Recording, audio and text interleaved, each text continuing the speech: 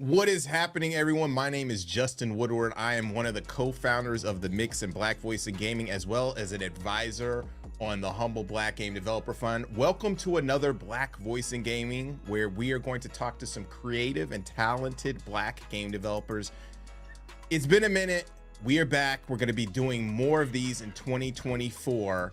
But before we hop into today's showcase, what's happening, Destiny? That was a long, pregnant pause. But... Also, I didn't know you had started, and I look all angry at the start of it because I was trying to figure something out. But hey, everyone, let's get ready to celebrate Black History Month with a very special Black Voices in Gaming showcase. I'm always excited to be part of this showcase because I get to help highlight the talents of some incredible people. My name's Destiny, and I'm the creator of Dames for Games. I'm also a marketing manager at Freedom Games and one of the hosts at Level 1 on their podcast 2XP. Before we jump into the showcase, though, and if this is your first time catching BBIG, let me give you a bit of a background. BBIG was created in June of 2020 during the protests and demonstrations that united us all worldwide. Black Voices in Gaming has gone from a showcase to a nonprofit that helps accelerate the growth of professional game developers. Our mission? To facilitate a space where game studio entrepreneurs can access funding, meet publishers, and connect with mentors to help them succeed. Yeah, for sure. We're a nonprofit. I mean, we've been a nonprofit for the last probably year and a half, and it's been, it's been amazing to connect with different folks, but we wouldn't have been able to do that without the help from all of our sponsors and our support. PlayStation, ID at Xbox have been very supportive of this movement. Also Raw Fury, who helped us to get started. We're streaming right now, or I'm recording on a Razer laptop. Also Netflix and our new partner Brass Lion Entertainment. Thank you guys. You guys are super awesome. With that being said, I also want to thank our partner Netflix because we were honored at partnering with them for our first accelerator program called the Experience Excellence Accelerator, where we help to fund 4 Black game developers and their mobile prototypes. The accelerator included curriculum from professional mentors and networking opportunities with the goal of helping to boost professional developers' progress on their games and get them ready for further investment and publishing opportunities. 3 of those developers in the accelerator are joining us today, and we're happy to have built the program with all of our partners, friends, and the developers involved. So yeah, again, thanks to Netflix. Justin, that was great. But we can't forget to thank our wonderful broadcast partners, Twitch Gaming, IGN, GameSpot, and Steam. Speaking of Steam, don't forget to check out the Black Voices in Gaming event page, where you can learn more about Black Voices in Gaming titles, buy the available games, or add them to your wish list. Remember, wish lists really help indie devs. If you're looking for other ways to help, you can donate to Black Voices in Gaming's Tiltify. Here's your chance. Grab your phones and snap the QR code on your screen. Any amount helps, and we truly appreciate it.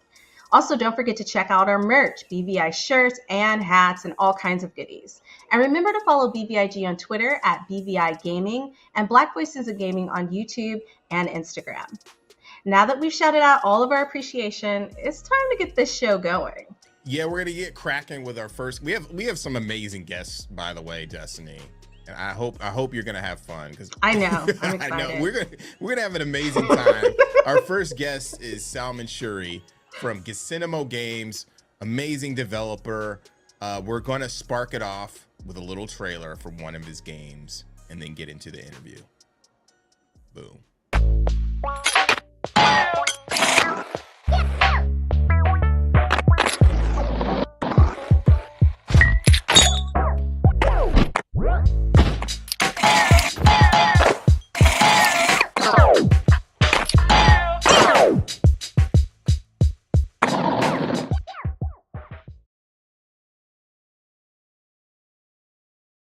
Oh my God, we are here with Salman Shuri from Gisinimo Games. How is it going?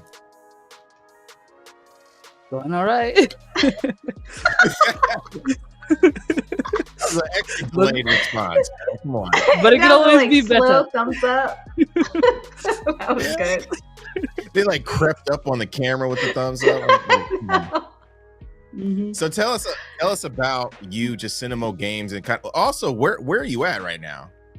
I'm in the UK, so you can tell by how dark it is, moody.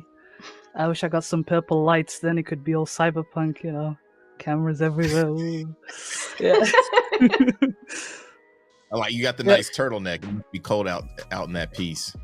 Oh yeah. It's it's even it also helps keep me warm when I try to make some cool stuff. Yeah. Awesome. I got that. That was a good joke. Yeah, that was a good dad joke. I got it. Oh my God. Why did that go over my head? I'm just not used to oh my Lord. I'm not using that. But yeah, tell us about Gisinimo Games and what you've done. I mean, you've accomplished so much. You're a professional developer. it's very inspiring to see like your prototypes. Can you tell us about your company and what you do? Cinema Games is a solo outfit for the most part. It's usually me, and when I get the chance, collaborate with other people as well from time to time. But for the most part, it's just me. I handling the art, design, biz dev, whatever, everything that's not to do with accounting. Thank goodness. Yeah, that. But I've had initially I is kind of I did it out of spite, honestly. Like when I graduated, I was like, hey, I could be so cool. Let me do work for other places. This is my dream. And when that chance wasn't offered to me, when I kept getting like no replies or like comments that were like, hey, we don't think you would fit with our studio culture, just based off of a CV, graduated, whatever, it put me off. So just as like a middle finger back of sorts, you had your chance, now it's my turn. I thought, yeah, I tried to go on it on my own, and it's been it's hard to be motivated from just spite. I was motivated by how people reacted to my work, and that spurred me on to do different things. Because I initially didn't think I was going to be a game developer. I thought I was going to be a writer, or then my dreams changed. I wanted to be an animator, and then changed again. I wanted to be a writer, and then all of those interests came together with games, and I get to. It's fun having the freedom to do different things. One day I could be working on a boxing game that's a spelling bee at the same time, or a game where you're dogs in space that control a spaceship with a single button, or what else crazy idea did I have? Or a guy having a bet with the devil, and you can't use your feet, or a golf ball with a gun for some reason. Yeah. And you can't use your feet. It's a dance off. Yeah. Wait, is that a real game, or did you just come up with that? It's a real game. I got covered by Vice for that game. Oh, it's like a little demo prototype that we made for publishers, and we just released it online publicly, not expecting anything to happen. And then we saw like people writing an article on it, and I was like, "Yeah, hey, thank you." That's so cool. The tagline was inspiration from. It's I would say anything that's not to do with games. Usually, the most inspiring things comes from looking at different things or having to deal with my family. I'm the oldest, so I usually have to make sure some things are going right. And that tends to spur a bunch of ideas, and also trying to see if I could capture their interests. If it's not Fortnite, it has to be something. And the spelling bee game came from like, hey, I had to do a jam, and the theme was words. And I thought, what about making a spelling bee game? Because my little brothers I was trying to get them to do practice their spellings and write quickly. And I think it was a success, because while I was working on it, they'd just come by my desk and go, hey, can I play that, please? Please let me play. And if I can get... Yeah. That's awesome. Oh, cute. Mm-hmm. Yeah, it's like all endearing and stuff. Mm-hmm. If I can get their interest, I'm doing something right usually. If it isn't, it's like, how do I sort this out? I need to make all the kids want to play, for good reasons, not bad reasons. Yeah, I'm not trying. But yeah, whatever. Wait, so when you were just real quick, so when you were doing this out of spite, was it out of college or out of high school? It was out of university. Okay. I tried to strike it on my. I tried to build up my portfolio, but I don't know whether it was my jack of all trades kind of dealing with things that made me not get considered as much, or if it was just because my name was like, oh, sounds ethnic. What? No, that is a thing. So that is definitely a thing. So, I mean, when did you start your developing company? Like, I know you were like out of spite, but like, how long did it take you to decide, like, right out of university? Was it like a year or two? Like, When did you actually It start was it? 2 years, actually. 2 years that I tried and all that. But while in my company, informally, I was making games about a year afterwards. But then when it became all official, it was in like late 2019. And that was like after I got my first industry job, which actually, funny story about that. That came from just being annoyed after seeing like the 200th, what was it, or 300th, like rejection, or which was just a silent, like no reply, and then ranting on Twitter saying, "Hey, this is not fair. I don't have 3 years experience on a AAA game or AA, whatever." This stuff, and someone was like, "Huh? I thought you were employed this whole time. What the? We're fans of your work. Can you please work for us?" And that's how I got my first job, which was in the hyper casual mobile market. And all of my experiences from trying to build something that very quickly, that's supposed to look like it's more high production value than it actually is, those skills were very transferable to the mobile market. And that did so well for me that actually, now that I think about it, I was really what's the word? I wasn't confident in my own work before I joined, and then as I worked and had like teammates that were like, "Hey, your work is amazing. Why do you think it's bad?" And then seeing that validated through like releasing like games secretly, and like to test like retention and other stuff. It was like That's smart. yeah, it felt like seeing my what was the hypotheses like coming true, like, hey, this actually did work out and this didn't. It ended up giving me the confidence in my own work that I didn't know that I had before. I was always pessimistic in my own work, just so it's like hey, this bar is low, I've easily surpassed it, but if the bar is so high, the disappointment is like it's 10 times harder when you expected it to do a lot better.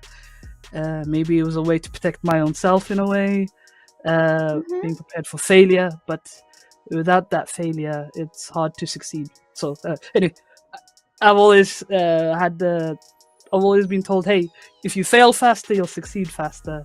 And looking at my graveyard of projects, I've failed a bunch. I've failed enough times, and not that I'm succeeding more and more as I've been pushing through with my every new thing that I make nowadays, which I feel so that's the happy way to about. learn. Yeah, for sure. That is kind of poetic. All of his stories are very, very like That's really inspirational. It's graveyard of games. There is like one thing that really I've cool. never forgotten, and it was when someone streamed my game on Twitch. One of my games, a game that I made part of like a little collective of 10-minute games. There were 10 games that were 10 minutes long and sold for like $10. It made its money back within an hour of release, but when someone played it on Twitch, they played my game, which was supposed to be a little horror game where you could use your light to go through like an empty room and some other stuff, story going on. They ended up hitting a voice recorder or whatever machine that plays sound, and they heard my voice that was changed up, and then their reaction, they were 90% through the game, and they said, "Ugh, British," and Alt F4 the game while I was watching it from the chat.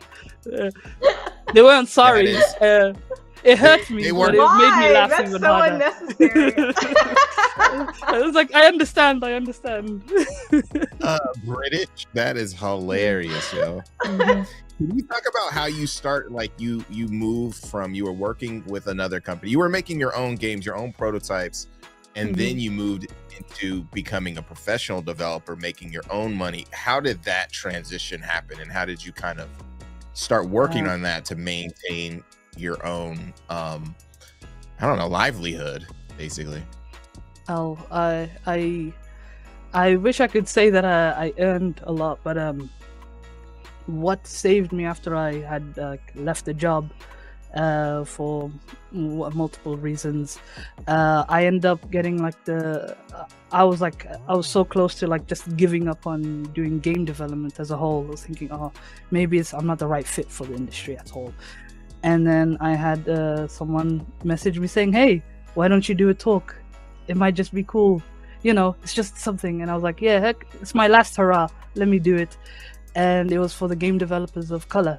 And I saw how do people come up with ideas. I made like a whole presentation of my technique, or at least in terms of how I come up with game ideas. And people really enjoyed it from what I saw in the chat of people watching it live. And me telling them that ideas were useless after I said everything about how to come up with ideas. It was later finding out that I got an award, which was like a humble monthly deal for a game, and that honestly I cried when I found out. Like even my mom, who was like, oh, get a real job, games aren't a real job, but it was out of like but like saying, hey, I need you to be I want you to be safe, and I don't think it's a sustainable thing. And I understood that, but when I saw her crying after she saw me like getting recognized for my work and stuff that I do, she was like, there is a chance. I would and being able to put that smile on her face, and then seeing my siblings also jumping up and down. Yeah, you did it! Finally, someone likes your crap games. They said it jokingly. I would play. As siblings do. Yeah. That helped me sustain myself and also build up on like projects that I'd always like left behind, because hey, if I spend too much on this, I'm gonna be so broke that it's gonna be something bad could happen, and how am I gonna help fix that without the money? And I have been having like series of fortunate events that has helped me like build up with what I've done, and I'm trying to go strength to strength from that. Yeah, That's cool. No, that's good. Can you got the talk a original little bit? I'm About, sorry. go ahead. Oh, you go No, ahead. that was good. That was good. Oh, I was just gonna say, basically, like I know you're saying like they're fortunate events, but you've earned everything that you've gotten, like legit. Like you've worked really, really hard. It's so hard for someone to just start out and start making their own games, and I think a lot of people don't understand what it takes to make a game, like even a 10-minute game. So like, please continue to give yourself grace and kudos, because you're doing incredible work. Like your story is so inspiring, especially for other people who are coming out and getting those rejection letters and the state of the industry right now. Like I think you've done something incredible, and the reason why you got an award is because people can see that and you're genuine about how you feel about making games in your journey. So yeah, I just wanted to let you know, like I'm really proud of you. Like thank you very much. Yeah, for sure. Yeah. Mm-hmm. Yeah, can you talk about, because you I connected with you from Sean, and he introduced me to your work, and then you submitted for the Netflix Accelerator program, and you're in it. Can you talk a little bit about that experience? Usually it's whenever I get put into like with a room of other people, usually it's people that don't look anything like me, not related in any way, and then my face being used as, hey, we've got X, Y, and Z people that are not white, and it's just me and one other person, like plastered 5 times over. It's so nice being able to see other people that look just like me, that have different cultures but connected in more ways than one, and it builds hope, knowing that hey, I don't feel like an outsider as much. Like I feel like there's a community, there's a group of people that I can go, hey, what's up, and and I don't have to like explain like 100 million contexts for different things. Hey, what's up? Yeah. And also knowing people that relate to the same experiences, so I don't have to like, hey, this is cool, but I can't do this. Oh, okay. And then having someone like, hey, yeah, I understand it's because of X, Y, Z. You could do this, and then that could help. Blah blah blah. And that stuff is so heartwarming, especially when I get access to someone like you, where I could go, hey, is there opportunities that exist like here and there? You could be like, yeah, this one. You get like a whole flashcard of things. Well, I guess. Yeah. Like I They know. always have fun card. Yeah. He does carries them in his back pocket. Oh, Rolodex. Yeah, you know what I mean? Mm. Oh, that's great. Inclusion and diversity is so important, and seeing people who look like you in the gaming space is really important, which is why Black Voices in Gaming is so important. And like, also want to give Justin his flowers, and Alfonso and everybody who's been working to make this happen, So like, I don't know. It's great to be a part of this, because I think a lot of people still don't realize how hard it is for us to be in an industry that just doesn't have a lot of our faces in it. And a lot of people who are looking at wanting to be in the industry, seeing yourself there, seeing people like you, seeing people like Justin gives them the courage to keep going. So yeah, I get what you're saying totally. Because I work in the game industry, and right now I'm probably like one of the only Black people there, except for one other person. And I think when you work in the United States, it's a little bubble, so I can't speak for experiences outside of that, but like, we're so used to working with people who don't look like us or who don't have the same experiences. We kind of have to like chill who we are. I don't know how to say that good way, but like, we can't shift or code we can't switch. always be our authentic selves. Yeah. And so like, I love that this opportunity with Netflix allowed you to feel like you could be yourself, and seeing other people who look like you, because that is very important. Yeah, it like really broadened my understanding, especially of younger developers such as yourself, like what you're doing, how you're working, because everyone works different. I think how you're working is very interesting. And I really think, I did have a quick question too. What would you tell developers who are trying to get in to do to keep things moving? Because a lot of us, even myself, when I started in video games, I had a hard time figuring out a path. Your path was different from my path, but I just kept forging ahead as well. I would say release something quickly, because usually the moments where I got my biggest fortunate like happening came from after I just released something, big or small.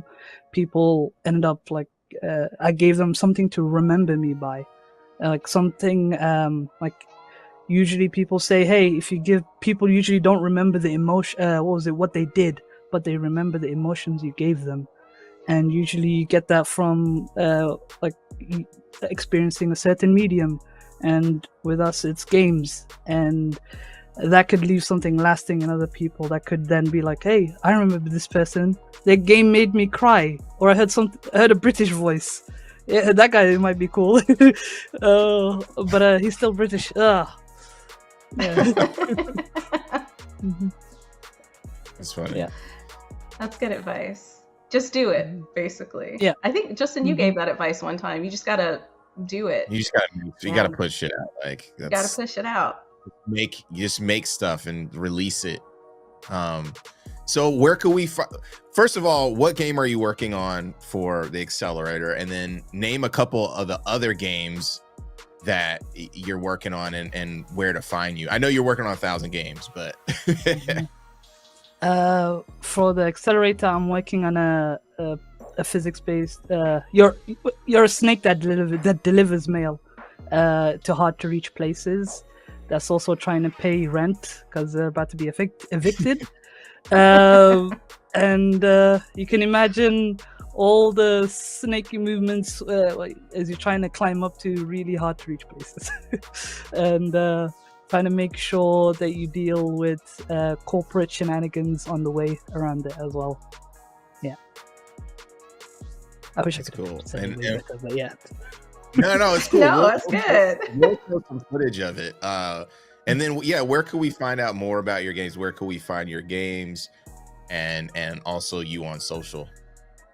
You can find my website at gisenimo.co.uk, or you could check out the Twitter page at Gisenimo, or you could just see my, which is usually just retweets of from my personal account with the gifs of whatever prototype or something that might make that I use to check if there's interest for a certain project or prototype. Or I might just accidentally give people blue balls because they see a project that they really want, and then like, hey, why are you working on this? Please, make this. Was it? I wasn't ready for that. We almost made it through this interview, and then you dropped the. Oh, wait, was that? I don't want to end the interview with blue balls. You know what I mean? I'm sorry. I'll make a port it to Switch. Yeah, that's what they say. Port your blue balls to Switch? Oh my god! All right, I'm gonna put on my sweat. You're too much. You're too much. Salmon Short, thank you so much. Get Cinemo. I said just Cinemo. Now I have it. Get Cinemo. I'm gonna tell people that I'm gonna wear my sweater. You know what I mean? While I'm making games because it's too cold in here. Too cold in this piece. It's GIF, not GIF. Full circle. Full circle. Yeah. Thank you, Salmon. Thank you. Everybody watching, we want to thank you for tuning in, and for all of our guests this afternoon. You guys are great. If you're enjoying what you are seeing so far, then consider supporting our developers through our Tiltify. Again, we're a nonprofit. All the donations help Black Voice in Gaming and XP, the developers we're working with, and everything, all the programs that we have. While you're at it, also take a look at our Steam page to wish list the titles on today's show and so much more. All of the Black Voice in Gaming cohorts games are on the Black Voice in Gaming Steam page, so definitely check them out. It helps the developers tremendously. Awesome. And Justin's right. Make sure that you wish list. Even if you don't want to buy it yet, make sure you wish list. But I also wanted to announce something super exciting. The Dames for Games Showcase will be having our third annual showcase March 6th. We're celebrating Women's Month and teaming up with some incredible sponsors and other women-led organizations. Don't forget to mark your calendars. That's March 6th. March 6th, baby. You know what I mean? You. But okay, we did a lot. We showcased a lot. We talked about a lot, and I want to get back into the interview. So the next guest is Tabo, and he has a very interesting game that I think you all will enjoy. Let's twerk. Bootylicious. Let's go. Let me see you shake it. Let me see you throw it. Let me see you bust it. Let me see you shake it. Let me see you throw it. Let me see you bust it.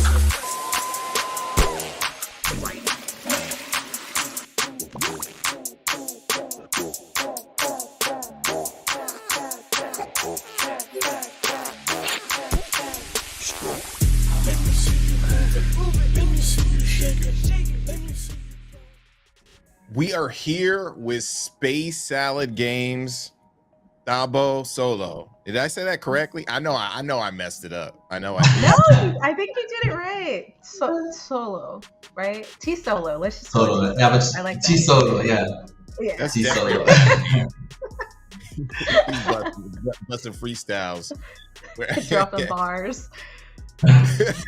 Dropping bars. Now.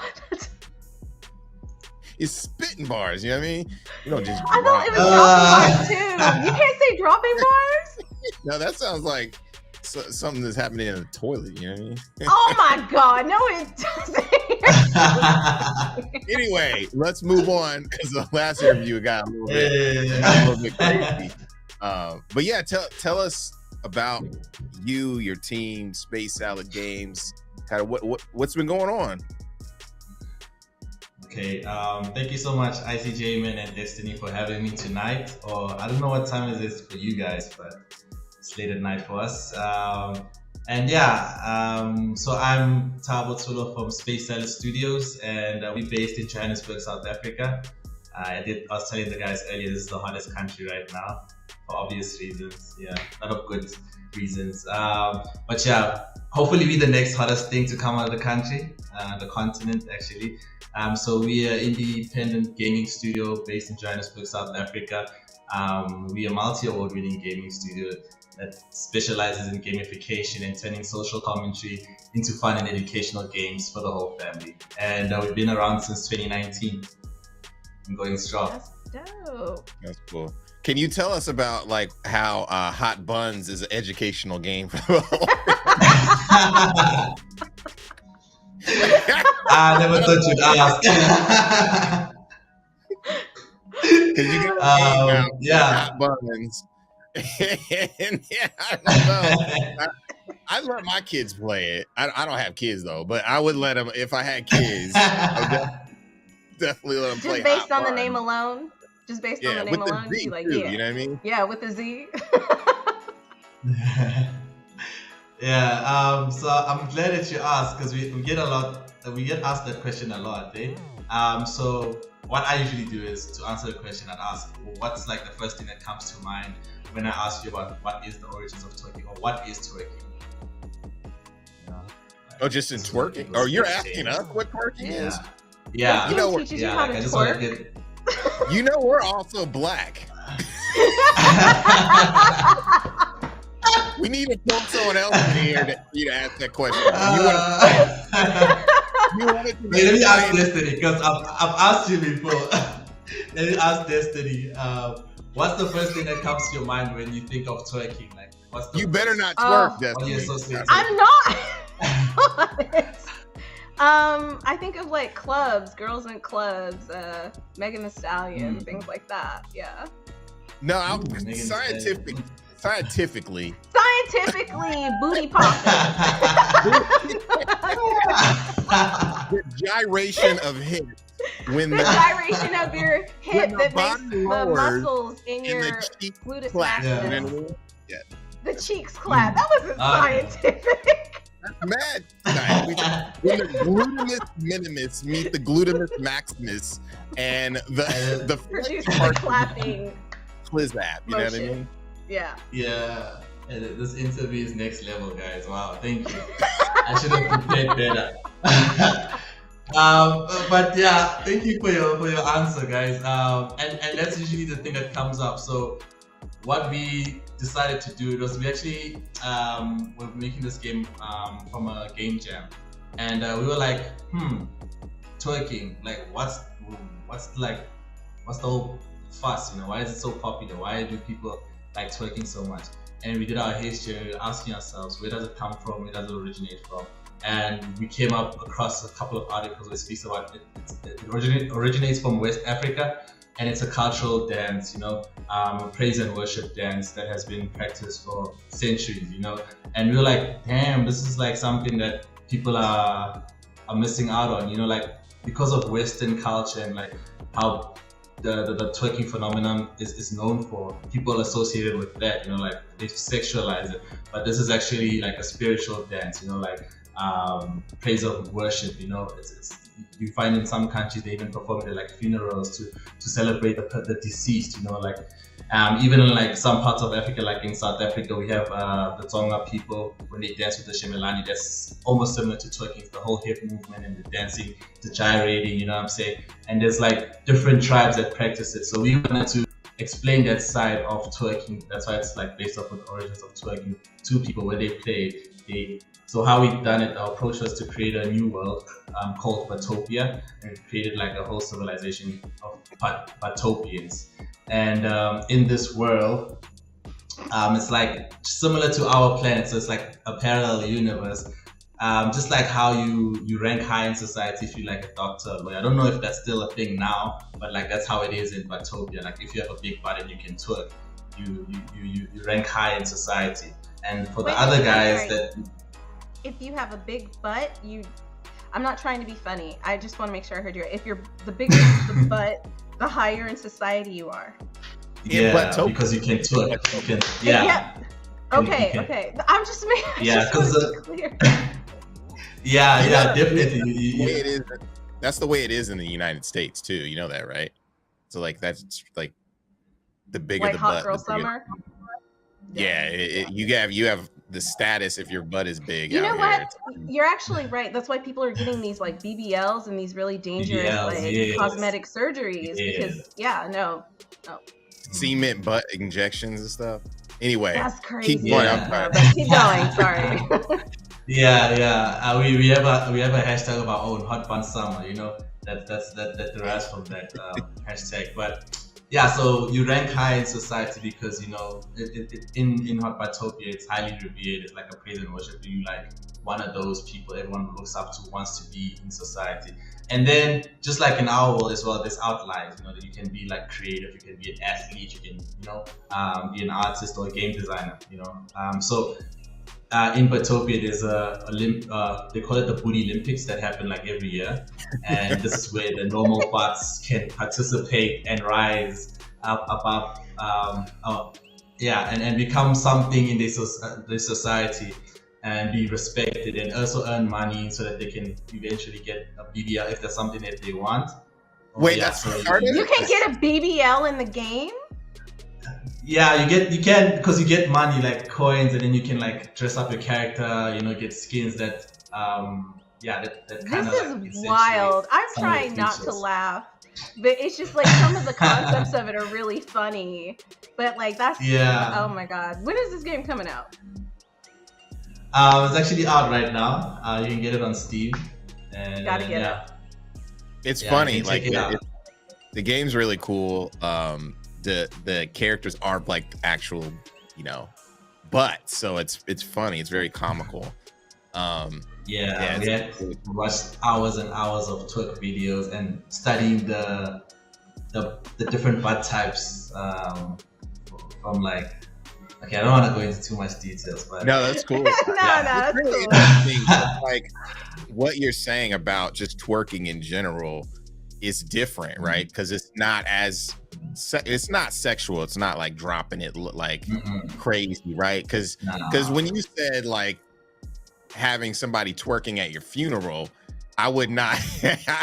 I'd be angry if at Big Mama's funeral there was. Aunt Janice was twerking, you know what I mean? I'm like, no, but I think that just shows the gap in the cultural difference between African Americans and then like the motherland, right? There's just so much we don't know that we take from there, you know what I'm saying? Or so much that's like within our culture that we didn't realize. So I think it's really cool that you were able to make a game like this. Of course there's like going to be comedic moments, and even explaining a game like this is like gonna be comedic. So no disrespect. I think it's really cool because I think it's gonna grab people's attention. Like butts grab people's attention. So, but I'm glad that you add educational. Like they do. Like they did. He watched hours. Well, not the butts, but yeah. I also learned how to twerk. So people usually ask me, can I twerk? And I have the technique. It's all in the knees. Oh really? You throw your back into it. So no, I mean like I had to, not everybody can twerk. That's really interesting. If you've ever seen like some of the African tribes dancing, like there's a lot of like popping and locking with what they do with their bodies. It's really fascinating. Yeah, the skills. I won't lie, like I respect people that twerk for a living now after learning the art form. Like it's not for the faint heart. I can't make my cheeks clap though, but I can. Can you make them move like independently? Oh my god! I don't know what's the age restriction on this, but like I can. I was really asking and you're making me laugh. I was serious. You're putting things in my head that I don't want to see right now. Sorry. I was really curious. I'm sorry. Go ahead. Yeah, I can. I don't know if that's the show. That's the type of show. Let's talk about space salad games, and like how did you all get started? How many people are on the team, and like how did you all get started? So there's 5 people. Each one's fulfilling a specific role. So we have Tabi, who's our lead developer. He's like a coding ninja. He studied in the States and he came back just to show us what he got. We got one dealer who's our sound designer and also our psychologist. He's a qualified psychologist, so he's the guy that helps us keep our minds together through hardships and everything else. I think he's one of the key players in like putting the team together. We have Minentle, we call him a document god. He was born with an Excel sheet. He handles all of our bookkeeping, our admin, like he's a ninja with that type of stuff. He also does our tests and our sound effects. And then we have Neo, who is our 2D artist. So all of the illustrations, all of the art that you see in our games is probably done by him. And then there's me. I'm like a game designer, so I come up with the concepts, and I'm also playing the role as the CEO right now. And how we started, pretty funny story, but not so funny. It's funny now because we're over and we're a lot older. But and this is where you believe it, like where you something like divine timing does exist. When we started out, we were part of an enterprise development program, and they were looking for the next big gaming studio, specifically black, because at the time there was literally like 1 or 2 black developers in the country. I don't know about the continent, but they were looking for the next big thing, and they were looking for like the biggest studios in Africa. Like in Africa, in your country, there were only like 2 big. Yeah. Not even studios; these are individuals. Because when you're in South Africa, like 1 or 2 big names. I'm not counting like students. I'm talking about like people that are practicing, that are like doing the actual work. Yeah, but it's changed. That's growing, which is, and then so they were looking. This big telecommunications company called us in, and they were like, "Yo, this is the plan. We don't know how to do this, but we're gonna bring in different creators from different industries, young, vibrant." Energy. We're gonna come put you guys together, and then we're gonna get you incubated so that you can eventually build a studio. So when we started out, there was like 11 of us. Those guys from film, those guys from like psychology, sound, just all different creative spaces, and also like professional spaces themselves. And then it was hell. I won't lie. Like the pressure was high. We had to learn and also produce work, and there was a lot of funding put in there, and it was a high pressure situation, like to a point where even Tavi, our developer, he was in ICU because of like so much pressure, and like he got COVID. It was hardcore. But out of the 11, the team got smaller, but the vision got clearer, and then the other members left, and they did their own thing, and we stuck together. And we were like, okay, let's start from the beginning, because there was so much happening. There was a lot of conflict. There was a lot of pressure, and diamonds are formed in high pressure situations, and that's what we like to call ourselves. And we started focusing on products, and like, okay, like, how do we work together? How do we build a studio? Let's start with the games. Let's see if we can work together and make a game. And we started prototyping. We started entering a lot of game jams, which we won. We started participating in like international game jams as well, which we also won. Started to make our own games. So we started refining the craft, and then from there on we started learning the business element. How do we then sustain ourselves, because it's like now we look serious, we have to be professionals. And then we got to a point where like we've been winning so many awards, but we didn't even have a game out. Like there was a time like this last year, we were like top 5 best studios to come out of the continent, and we're even like competing with like some of the well-established studios, and we were winning, going head to head with them, and we didn't even have a game out. So we were like, hey, we have to like really be serious and like have a game out and start like learning the whole art from ground up, marketing and stuff like that. And that's essentially how we started and where we are right now. What are some of the other? That's such an interesting. I mean, when you were describing everybody, it was sounding like Wu-Tang, Oh wow, you talking about the W, I was like, you were like, you can call us that. That's how we call out. Yeah. That's how we call ourselves, like the next hip hop in gaming, because we're creating a culture, and you can even see with like the studios that are coming up after us, they're becoming like there's like there's some influence that they you can see from us, like from the skits that we made, or from like the names, or like the kind of games that we also create. So it's actually quite good that like we are doing the work and people are seeing it and they like it. That's cool. So what other stuff that you guys have that's heating up? Does your team work on multiple games at once? Multiple concepts, or are you just, because I know you're working on that, and you're also in the accelerator, the Netflix experience accelerator, which is awesome too. But yeah, what else do you have cooking? So we have like 8 games in total, but like Hot Buns is the most finished product. So we do create, like, it depends on the situation, how much inspiration that we have, and also how much time as well. And because we're independent studio, sometimes we have to like juggle between different projects depending on like where we're getting money or funding. And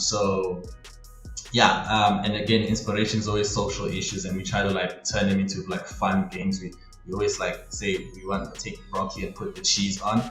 So the games that we're working on right now, there's one where it's a game based on our political history. It's a political satire and parody game called Poo Weekly. Our elections are coming out right now, so we're trying to like see if we can stir up the nation and get more youth voters to participate, because like the votership is really down. We have another game we're working on called Pony, which is about rhino poaching and animal poaching. That's also something that we're working on right now. But in the future, we're trying to like revisit some of the games in our backlog. So we have one game about a zombie apocalypse. It's called UZG, Untitled Zombie Game. And you can play as a zombie or the survivors. And the zombies are like cool guys that want the human beings to come join them because it's so nice on the other side, but the human beings don't know because they're like scared of these guys. And then we have another game about waste management and recycling called Dopa Dash. I think that's one of our biggest products. It's the one that's kept us alive for this long. It's about waste pickers. So these guys in our communities that ride on trolleys, and then they like go to different neighborhoods and they take out the trash out of the bins and they recycle it. So we've turned that into like a Need for Speed. So those are like the types of games that we've been working on so far. And there are a couple of games that we're also conceptualizing for the future, which we're really excited about, which I can't really talk about right now. But yeah. It's exciting. That's awesome. Sure. Thank you. Yeah, so finishing things up, where do you guys see yourselves going in the future? I know we've talked about this, about kind of the competitive nature of developers, and then just like really trying to be on the come up in South Africa. Where do you guys see yourselves? Yo, man, we want to be like the next hip hop of the industry, of South Africa, of Africa. We want to create a culture, because there's a lot of criticism, like a lot of developers, especially African developers, we create like games that have like a strong meaning or message, and there's no we can't really like sell that, or there's no avenues where we can sell that. So we're trying to like make that commercially viable. We want to like make the next Elden Ring, but like a South African version, or the next GTA, but an African version, we want to be the guys that push through that and break through that barrier and show that you can be profitable by telling your own stories and making games that appeal to our people, you know what I'm saying? Just not like what other people are doing, because I'm personally, let me not say about other people, but I'm tired of seeing like the same games being made over and over again and keep getting these massive reviews and making all of this money when we have like just as many or more awesome stories that are untapped, and that's something that we want to do. We want to show that you can be profitable just by being yourself and telling your own story. Absolutely. I'm here for it. Yeah, that's dope. Sure. So where can we find out more about Space Salad Games and your socials, all that stuff? Where can we find out more about you guys? All right, cool. So you can check us out on our website at spacesaladstudios.com, or you can check out Space Salad ZA at all social media platforms. So on YouTube, we have skits that we release. So we're working on the new season right now. Oh yeah, check them out. They're really funny. Yeah, I think you've seen some of them. Yeah, but you can check them out on YouTube at SpaceSalad.za and also on Twitter, Instagram, Facebook. Yeah, wherever we are, wherever social media platform there is, we want to. Thank you, Except for thank you, OnlyFans. Tombo. Yeah. What? But, On, yeah. wait, did you say on? Except for OnlyFans. Yeah, but hot buns needs to be on OnlyFans. Hot Buns needs to be on OnlyFans. We were thinking about it. Maybe soon. We'll give you a credit for it.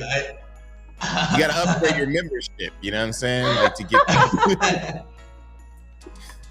Yeah. Thank you so much for joining us, and everybody twerk your way to Steam and grab hot buns now. It's Oh, that was it's super good. cool. It's hilarious.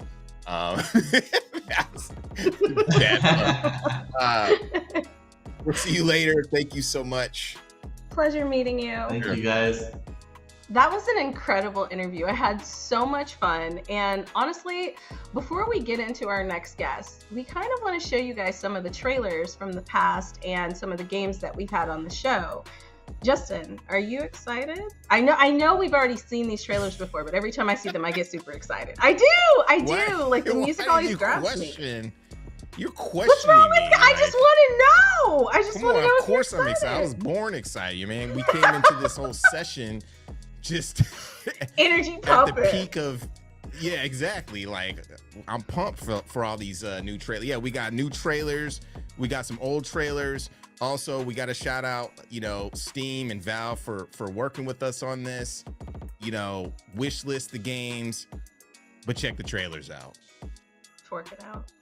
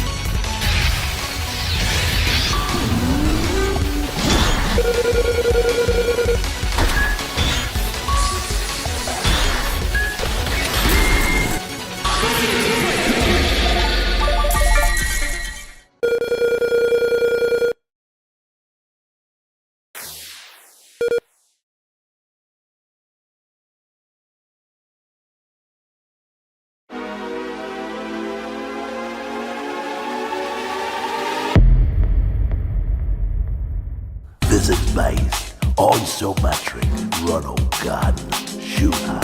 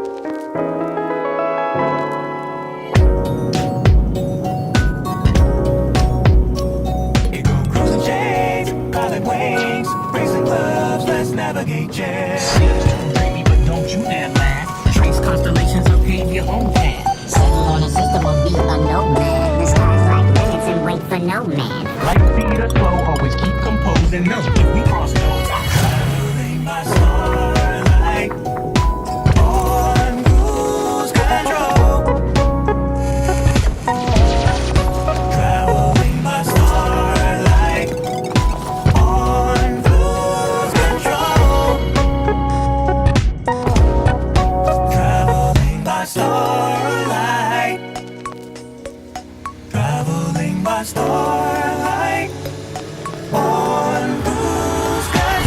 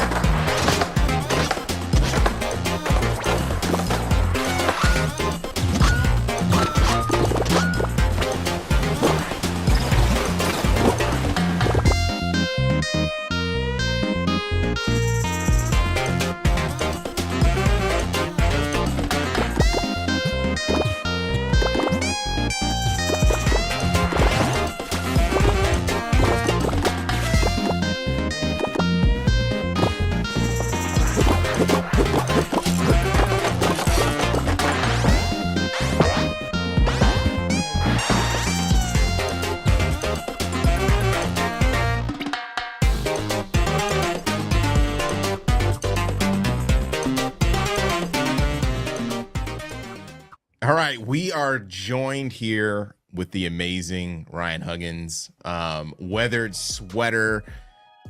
I don't want to say jack of all trades, but what you've accomplished with the different studios, with the different games, with your production is pretty amazing. So we want to just chop it up a little bit, talk to you about kind of what you're doing and what you've been doing and that kind of thing. Sure. Shoot over any questions you have. So what have you been sure. doing? No, I'm kidding. So what have you been What have I been doing? That's all like non-leading. Like, please interview yourself.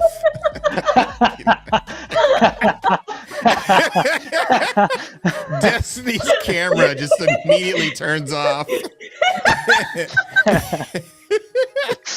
It's ridiculous. Come on. Come on, Okay, Destiny. I'm sorry. I'm here.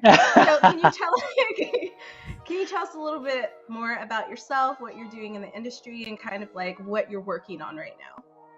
Sure. So, what am I doing in this industry? Staying afloat for the most part at the moment. But yeah, I guess let's see. I started, I don't know, so long ago at this point. It feels like forever.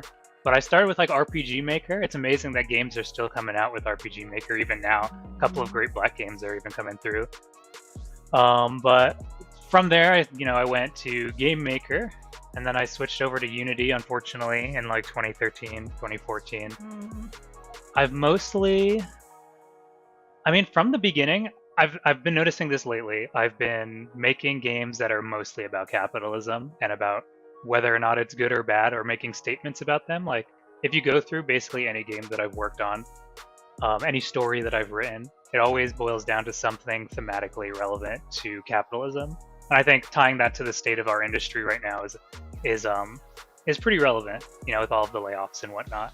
So I'm probably planning to lean more into that direction.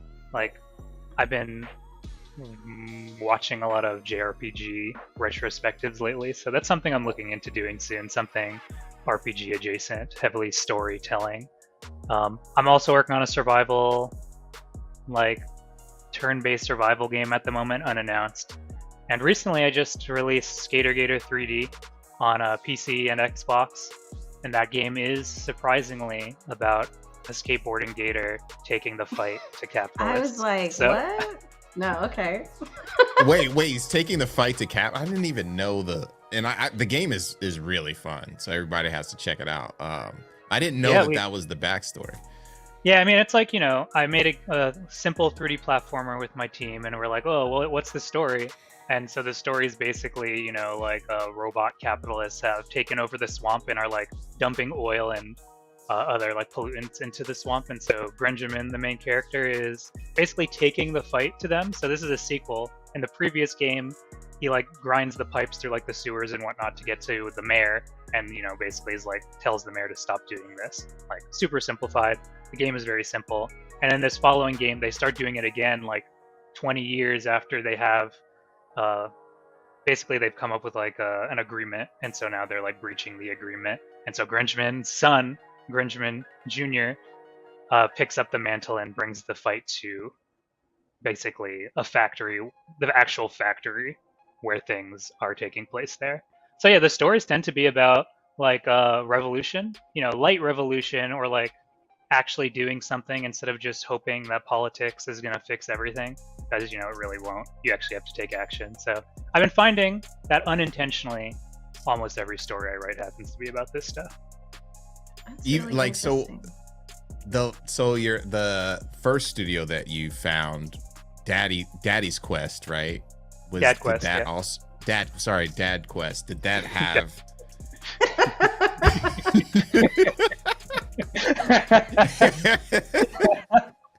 I call my dad Daddy. That's why I messed it up. You know what I mean? I just find that hilarious. So Dad Quest, yeah. So Dad Quest, the story in Dad Quest is a little bit more convoluted than something like Skater Gator, but it does basically boil down to a corrupt CEO has created this world where people, like men, women, whatever, can become dads through something called the dad spirit, and then they gain children.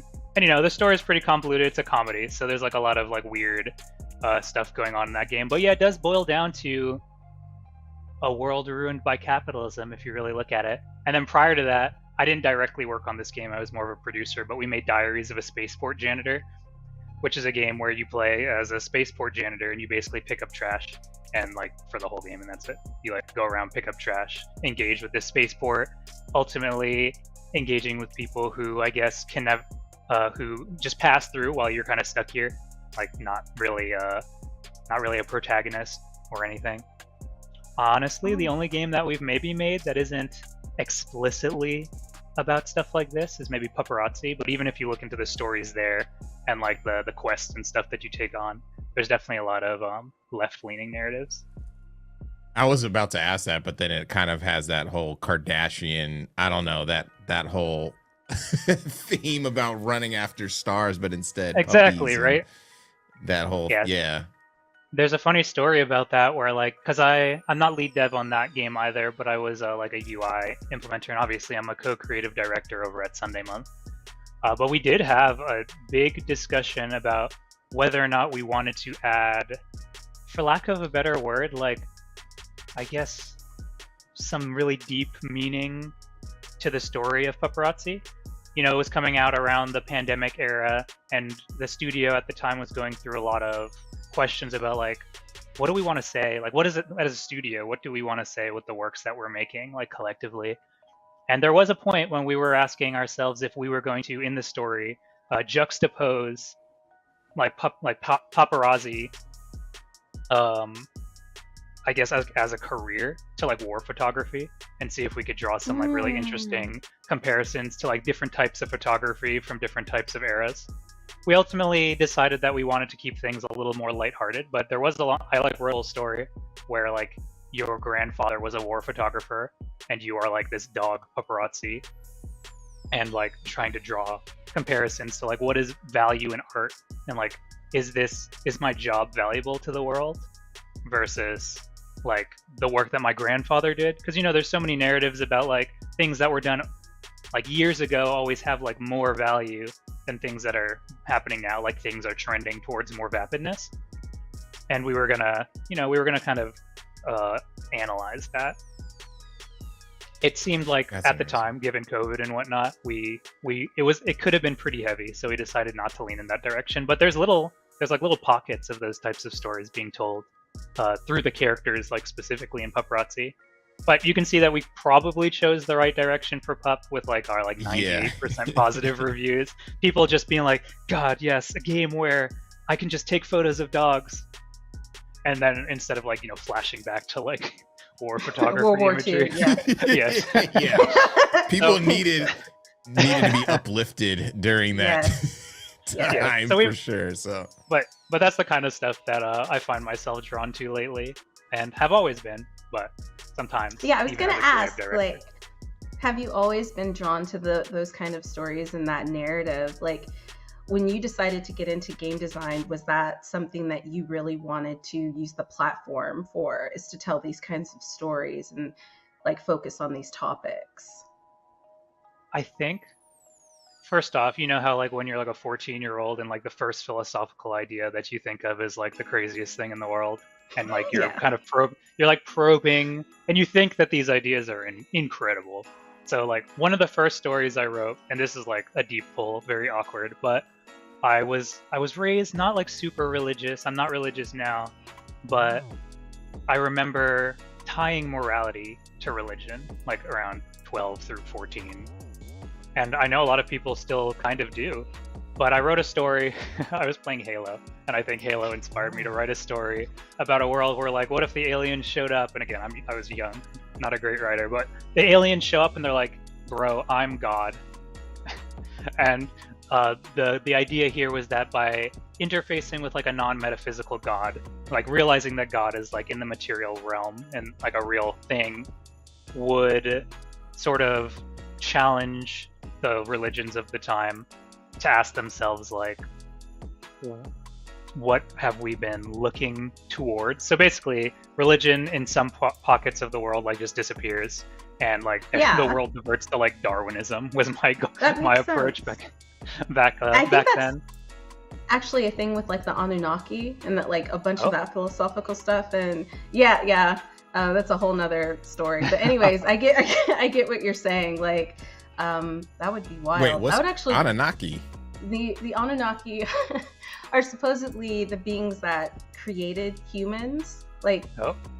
there's a whole thing about it, and like I don't want to waste time talking about I mean, it. you brought these it up. things are You can't- amazing, right? Like these are awesome.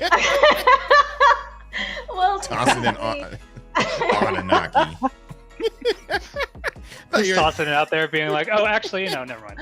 Well, Like, These it's like actually- deep philosophical like it has to do with like the text and the Sumerians and basically how like their like the world starting theories and myths all stem from these myths from like the Anunnaki. And basically the Anunnaki came to this planet because their Earth was, or whatever their planet was dying. Yeah. Because the core inside of it was cooling off. And so they needed a way to basically, and it's something that we do today, but they wanted to put particles into the atmosphere to kind of like make a greenhouse effect, right? They didn't have the resources, so they came to Earth and they used gold. But in order to actually have these creatures like mining gold, there was like a huge revolt with their own people, and so they created humans. And actually, humans started off as a slave race to the Anunnaki. It's a whole thing. Like, I didn't explain it very well because I was trying to. thanks for the cliff Sort of about notes. I thought Yeah, no, that's I thought you were gonna go on another 5 minutes. No, I was sure, Tracy but to it's cut. really interesting. Yes, It's sounds really interesting. interesting. But to answer your question though, like those are like the first stories I wrote. The next story I wrote was less capitalist, but it was about like, degenerative disease and stuff. So I generally have historically, I guess, been interested in writing stories with like a lot of, I guess, I don't like to say like they have meaning. It's like, all stories kind of have their own meaning, themes and whatnot.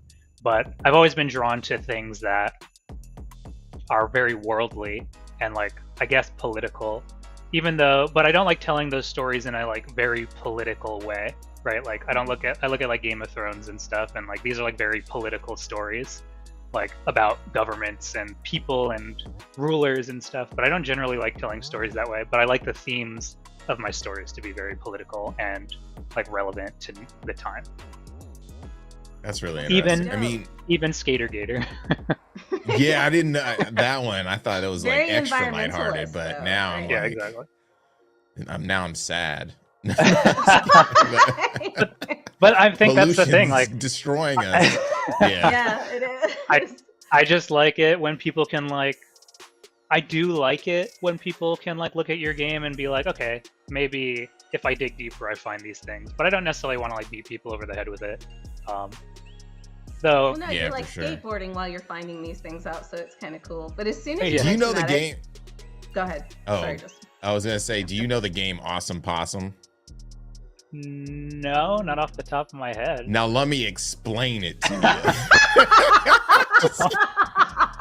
I'm looking it up right now. You're terrible. you. 5 more minutes on the clock, Tracy. We are going to I'm gonna explain this Genesis game called Awesome Possum, which is a Sonic clone that Okay. you roll down hills and you pick up recyclables. And in between each level, you answer a ecological question in Okay, trivia cool. form. That's it. I'm not gonna go. No, that's awesome. That's awesome. It's awesome, possum. Like that's amazing. Yeah, I do Awesome like doing Possum. stuff. I do like doing stuff like that. A lot of the other work that I've done has been like I've won a lot of awards doing like educational or like games for change type work. But I've been trying to like translate that to like I don't really have a word for this, like commercial, retail, like fun games. Oh, you're trying Like to commercialize it. Got it. No, I get what you're trying to say though. yeah, No, like, that I like makes, yeah, that makes sense. Cartoons do a very good job of that. Like children's cartoons, like Yeah. they're able to handle heavy topics, but like in layman's terms, I guess, where it still makes Yeah. it interesting. The kids are still learning, right? like, I don't know, Full Metal Alchemist, for example, I have on display here. I don't know if that's called a kids show. I was a Nah. kid when Oh, I it's definitely not.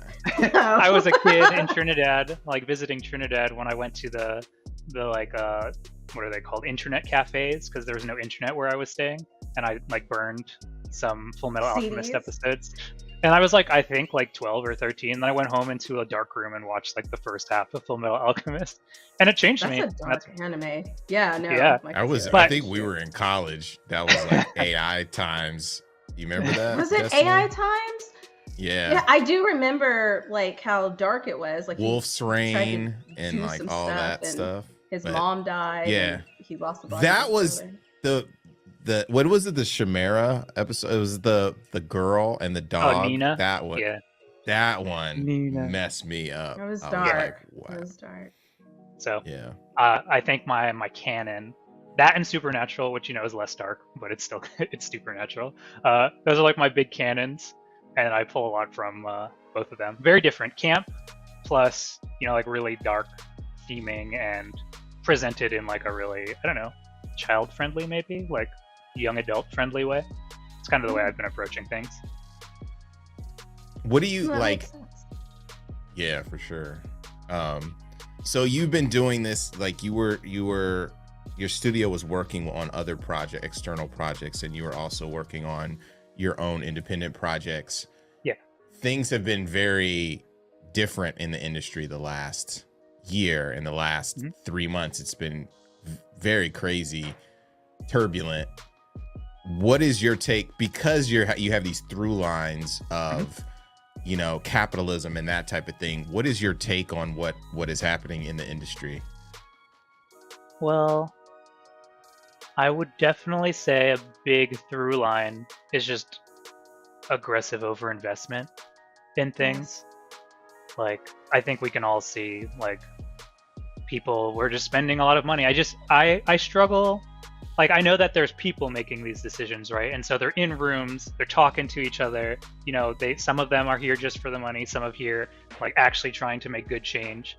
But I think at the end of the day, I still struggle to see how, a bunch of really individually smart people were like, oh yeah, things are going to be the same for the next, like 5 to 10 years. And so we'll make these decisions now. So I do struggle to see that. But at the same time, I do also reflect on the last 20, 30 years and see that it is a cycle. The question about the cycle, because this does keep happening every so often, like, are the cycles contracting? And is it going to reach, like, for lack of a better word, like some kind of singularity where it doesn't, recover? I don't know if that's where we are now. And I'm not really an analyst when it comes to these things. I tend to think of them more like from like maybe like a storytelling POV. But I just think that capitalism, it's like it's all about profits, and if you can draw those profits out, the people have no choice, frankly, but to do it. So, I mean, I'm sure I have more revolutionary things that I could talk about regarding this, but as far as like just a regular analysis of like this, I do think it's just a lot of people, for some reason, made a decision based on the next 6 months to a year, as opposed to like looking at the next 10 years. Like COVID is like everyone's playing video games. It's like you saw them start playing video games during COVID. I don't know why you really thought that they were all going to just stay here and not like expect the Yeah, people that to makes- leave when outside. COVID was done. Right. Yeah. I think a lot Yeah. of that is because people just didn't realize and had never experienced something like COVID before, especially during our generation or the generation before us. So they didn't know how long it was going to last. And like, remember in the midst of COVID, we kept hearing like, oh, there's another variant. Oh, things are changing. But I do agree with you. I think people overinvested, and because they overinvested, they're letting people go so that they're not in the red next year. Because like most of these AAA companies are not in the red this year. Yeah. So Yeah. And we only have a little bit of time left, but like, You mean I the think- black? Just kidding. I think Black History Month. right, Black History Month. I think it's capitalism, you can look at it in like the functional system of capitalism leads to like, okay, we need to make profits. But the system that we created, where everything happens on these like 6-month, 4-month timelines, I think that's like definitely one of the big issues. Is like we just don't have enough time for things to happen before you have to show that you've made a bunch of money. Like maybe and they have to make those decisions. They're in a bubble sometimes, and they have to make the decision 6 months to a year out. So they're making the decision now. It has to go up the chain. They're like, okay, and it's like a slow moving ship, right? How do it's you like write it, and they don't care. Like if they're trying to please all these other people, so they're like, I just gotta do my job.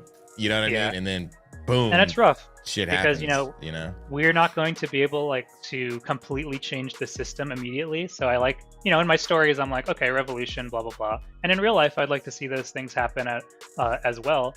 But I do believe that in the real world it's more likely that things are going to be taking slower changes. And one of the changes that I think would probably be most effective would probably be just figuring out for businesses to lengthen the decision-making process across like maybe a year or two instead of a quarter, like making things happen like 1 or 2 quarters. I think that could really reduce the amount of damage. I agree. That's really interesting. Like I like that analysis is good. I think people need to hear that because the immediate assumption is these are evil corporations that are trying to, destroy the industry, when really it's people making these decisions, and it's a little bit more intricate, even if they are not the best decisions, so it's good to, I mean, we have oil, folks, we have big oil and like the truly evil corporations, and then you have people making video games, and I think that those are like just completely different groups of people. Yeah, for sure. So pick up Skater Gator 3D to like rid the world of the evil corporation. Evil corporation. Save the environment. Yeah. But thank you so much, Ryan, for joining us. Where can we find you and the stuff that you're working on? Well, you can always find me on Twitter. I'm the Ryan Huggins there. I'm trying to figure out some other places to go though. And of course you can check out my website. LinkedIn maybe, I don't know. Like weatheredsweater.com. Like that's where I'm going to be. Justin thinks LinkedIn is popping, so you should LinkedIn is the next MySpace.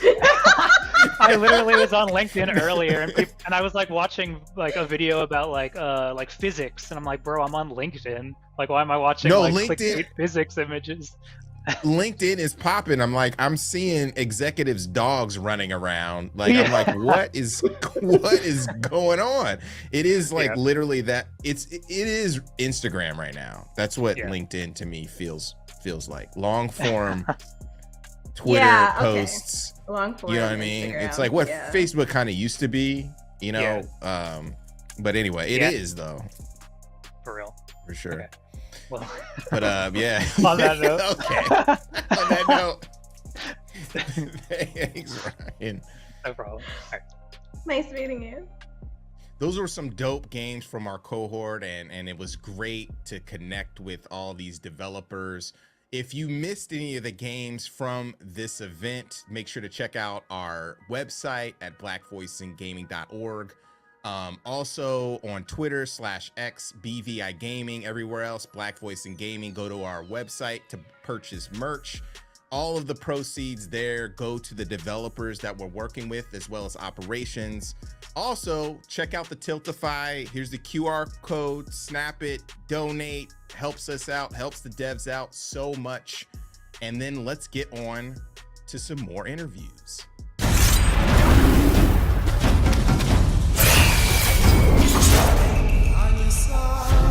Every story begins at the end of another. Each story carries with it the echoes of those that came before. My Baba, my father, your story was snatched away too soon. My name is Zhao, a shaman of Kenzera. Here, I seek my father's return.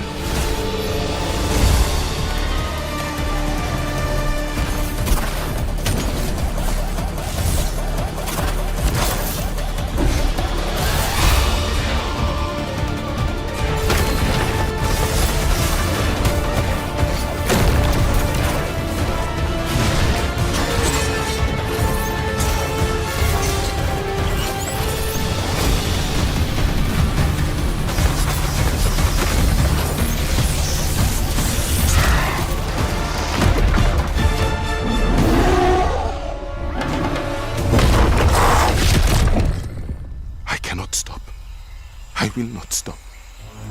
Kalunga, god of death, hear my plea. Kalunga, god of death, come to me. Show me you are ready.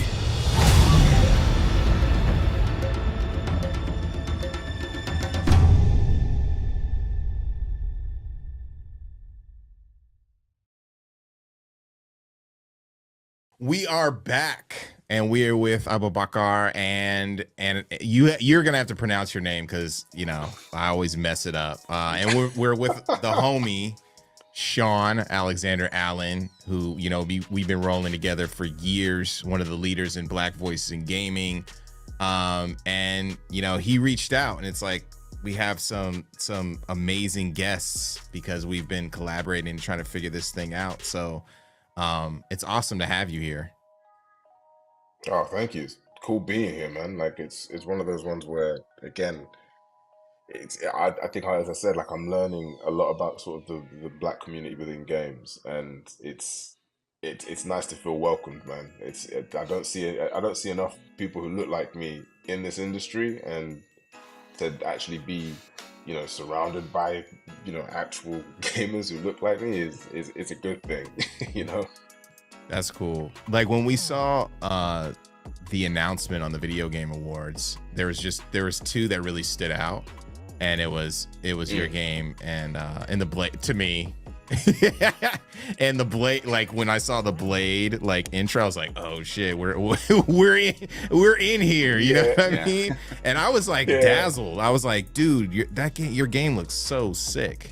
Thank so you, yeah, man. do you want to like kind of before we chop it up, do you want to kind of tell the folks what you're working on? Absolutely, yeah, man. So literally, it's so what we're doing is this sort of action adventure platformer Metroidvania called Tales of Kinzera Zao, which is essentially the game is inspired by the grief that I felt, and I'm still kind of going on after I lost my dad, and for me it just felt right to make a Metroidvania just because it resembles grief in the perfect way, kind of being thrown into the middle of something that you have no idea about, you're lost, and slowly, bit by bit, you kind of get weirdly comfortable with it, but you still are facing it. And yeah, it's a small indie game that, I remember pitching to EA thinking like, again, they're not gonna go for this, but hell, I'm just gonna gonna try it, and lo and behold, we're here now. So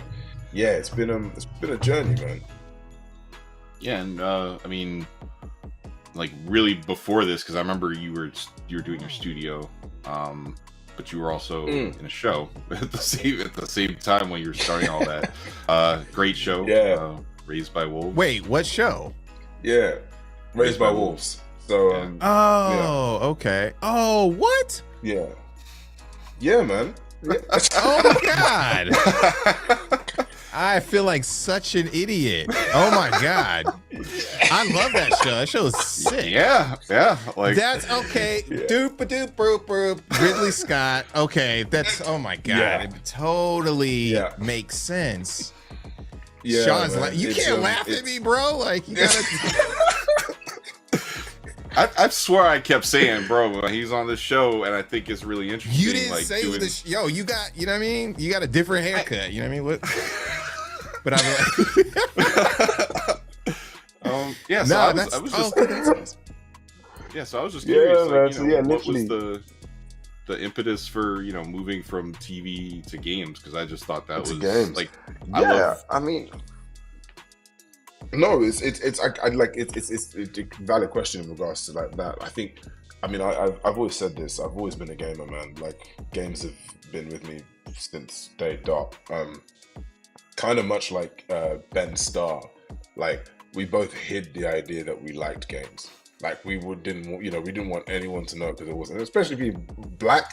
Like growing up where I grew up, like the idea of liking games was almost like weird, nerd, but it was always a passion of mine, and something that even my dad really pushed me for, to play and enjoy, because he was into tech. And so really it was just what Ridley gave me on that show was the confidence to kind of have a voice. And by him essentially saying, yeah, you can lead the show, and you know, to a degree with Mother, Amanda, who's brilliant. Like, that was like, actually, you know what? Yeah, I can do this. Like, I can actually push, you know, and have my own voice and do the stuff that I want. And so, really, it just felt natural, man. It just felt like that was the next step. Now, again, I had no idea what it meant to make a game. Like, I'm coming from a film background where you churn out films in a year, right? It's not really necessarily a challenge, but well, it is a challenge, but it has its own challenges. It's more like a sprint, right? But making games is like a marathon, and sometimes it's like a marathon in the storm, and it's like evil, man, and long, and it's like tough. Yeah. So I think like that really was the natural progression for me anyway, just to kind of go into games. Was it felt like I felt more comfortable there, weirdly, than film in a weird way.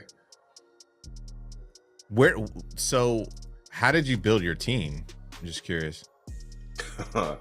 Dude, I just literally followed and slid into so many DMs, like you have no idea. So like I literally I started talking because when I did Assassin's Creed Origins, that kind of introduced me to the fact that you could do games.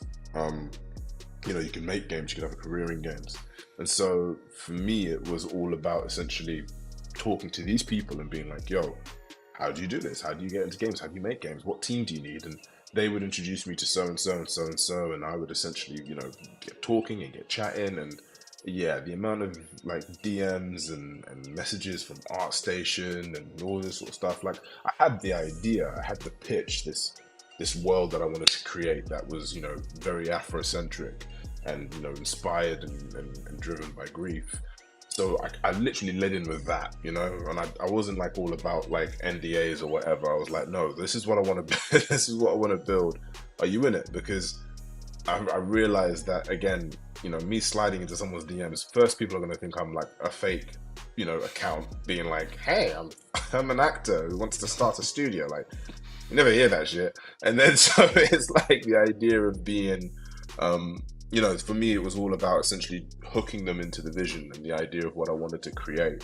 You know, this space that is led by people who, you know, not only just look like me, but also want to make a change in the industry and kind of, you know, because again, like the team that I have, we're not veterans, man. We're not like, you know, we haven't done this, you know, some people haven't even led before. Like, we just are kind of running on this passion, this idea of wanting to build something cool, but also make a change in the industry itself.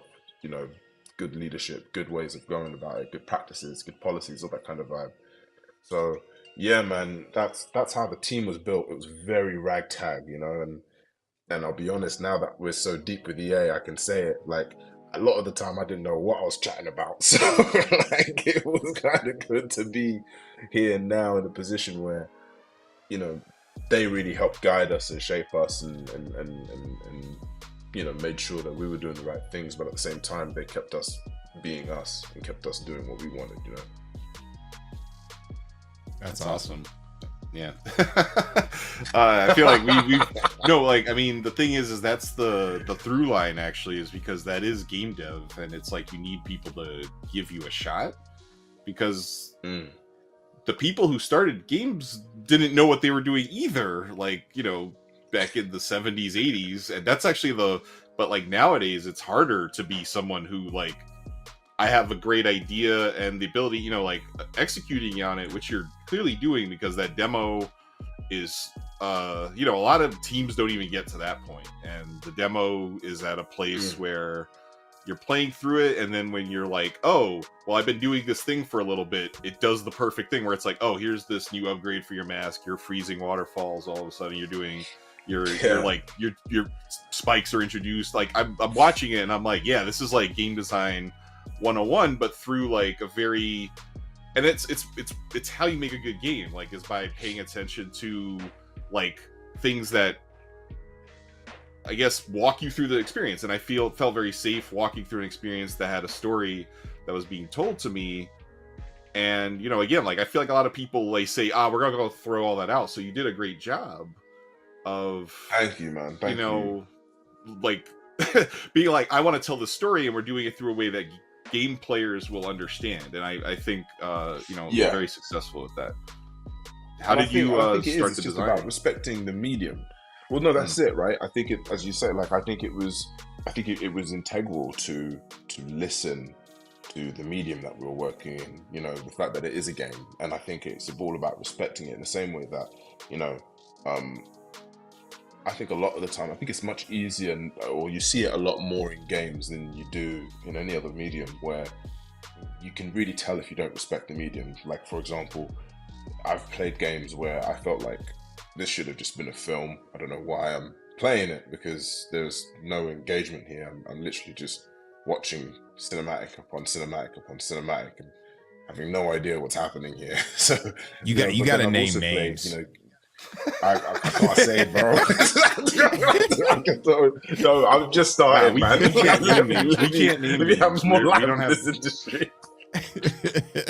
I'm just but seriously though, it's like, you know, I think, you know, it's one of those ones where, you know, when it came to the design, I really wanted to just lead with emotion rather than necessarily mimicking other games that we've played. And so again, like playing into this grief and leaning into the grief, it was about, you know, when it came to designing like a biome, for example, we led with the idea of, for example, like fear, or we would, for example, like anger, and that's how we would design a level, and then that's how we would play in the level. And I think like by leading in that space or playing in that space, you allow yourself more freedom to essentially be able to kind of play with the level design, you know, and add with the level, you know, and kind of, you know, go into that phase. And you look also at Zhao's journey and you see like, okay, where is he at the moment? You know, the fact that even like in the demo, for example, he falls down this bridge because he's so sort of driven to completing this goal. He has to go back on himself and realize, okay, this isn't the way. Let me think about this. Let me go back at this. Let me stop and take my time and think about this. And by having that journey as a story, you then infuse that within the level itself. And that's kind of how we led with the design. That's cool. So I know that you're not trying to copy anything that you've seen and you're leading with emotion. What were some games that you grew up playing that informed you for like design in general? Oh man. Yeah, so games wise, I think it started with, you know, I'd say like as a kid, probably Kingdom Hearts. That was the first time I was, you know, introduced to what I felt was like quite a sensitive male protagonist. Most of the time, you know, the male protagonists we see are like these muscle-bound sort of like, you know, killers, and like you've just got this kid who just wants his friends back. And I think that to me really stuck with me. I mean, I say all the time, like if I was to play it now, I'd have no idea what the hell was going on. But you know, that's by and by. At the time, you know, it made me cry, so it obviously had some form of emotional move on me. Another game I'd say is like World of Warcraft.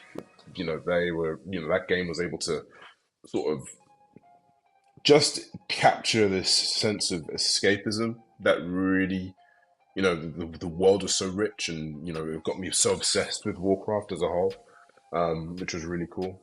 But I say the games that really affected, you know, this game today is, you know, one is Ori, specifically Blind Forest. I think that was able to capture an element of isolation and trying to figure out who you are and what, well, not even who you are, just where you are, which I really wanted to capture with Zhao. And then, you know, looking at Devil May Cry as well. I think, you know, the combat in Devil May Cry is so like kinetic and crazy and chaotic, but you know, there is an element of control, which again to me represents grief really nicely, in the sense that you feel like you're in this storm, but at the same time you've also got control of it. And I think like that's something that really stuck with me with Devil May Cry, that I again wanted to sort of try and emulate in Zhao. Something I think is funny, I was just kind of laughing before because Kingdom Hearts is like a very black game despite having nobody black in it. Like, No. black folks love that game. Like, it's, like, I mean, I kind of fell off at Yeah. Chain of Memories, but the first one, like had everybody on lock, like at that time, when that came out. 100%. I don't know what it is. Like we were all It's such a listening black to game. Karo Tana, That's like back in the hilarious, day. But also like Devil May Cry. Also, it's interesting because over the last decade or so, like Justin was working on a character action game. There were a lot of black developers working on character action games that really loved Devil May Cry. And I just thought it was an interesting thing that I just kept seeing people being like, and this is what influenced me. And I saw it through a lot of black game developers. And I just, one of the things I'll also. say to jump in on there, I think with Devil May Cry and Ninja Gaiden and any of these like action-based games, there's a level of expression in those games, in the movement that you in the amount of movements. It's like just like, and I'm a big fighting game fan, to no surprise, but the level of expression in those games and style that you bring to the characters adds a lot to why the combat feels so good. The ones with more strenuous and tied down combat mechanics don't allow for as much expression, and I think that that's part of personally like the black culture, you know, and zeitgeist and that kind of thing. So that's interesting that you kind of brought that up too. And you got I saw your character action stuff with the fire mask, right? The sun mask. Yeah, Watching people jumping up and starting to upgrade that. And that's it, man. And that's it. Like to me, that's part of the fun of it all. That's part of the dance, man. And I think like that's you know, for me, it's that's what I mean by like losing yourself in the sense of your feelings. And I think you're so right. Like we rarely do. I think it's only recently now where I feel like I've been able to actually openly be able to express myself and not feel threatened. And like, you know, I feel like that's actually been really influencing a lot of the stuff that, you know, I want to create and I want to put out there, which is essentially, you know, just expression, you know. How long have you all been working on the game? Oh, now, about 4 years. Oh, yeah. Awesome. See, people never know. It's like, oh, this is just came out of nowhere. It's like, nah, there's a lot of blood, sweat, and tears 4 years that goes into this stuff, years. you know? Yeah, I started 4 years. Just keep it short and sweet. 4 years. That's it. 4 years. Yeah, that's hilarious. Yeah, yeah. I forgot where we were going with it, but yeah. I mean, you could keep going as far as I think where we were at was. Yeah, it's people think that you announce something amazing and you put out a demo that you spent 10 days on it. And they want to see more immediately when you put blood, sweat, and tears into it. Oh man, like we've been on it for 4 years, and I'll be honest, man. It's one of those ones where, I mean, even like in my head, I remember starting game dev and thinking, oh yeah, this will be easy. Like you just think of an idea, conjure something, just do that. Like, and it's like the amount of tuning that is needed is on another scale. But yeah, it's 4 years, man, and it's been a tough 4 years. Well, in between it's really impressive. In between like developing the game and your acting career, you do VO work too, right? Yeah. What are you still like participating in the film industry? Yeah, yeah, man, I still do it. Like I'm currently doing House of the Dragon, so I'm filming that at the moment sick. for Okay. HBO. So yeah, so I'll be in season 2 of that.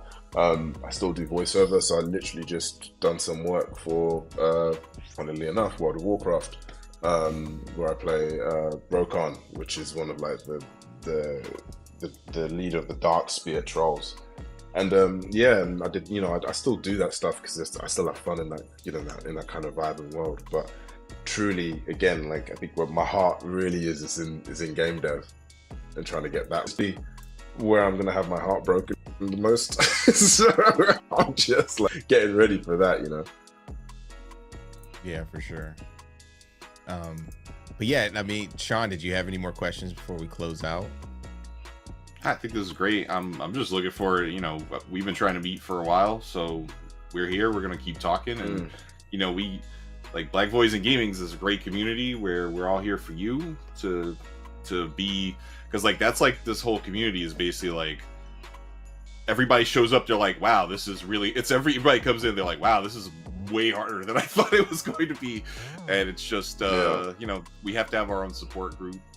And you know, it's just growing, and that's what's really important. Like seeing you on stage at the Game Awards is a huge just highlight, milestone. Like, you know, getting more Black folks on stage talking about their games, like extremely personal games. That's amazing.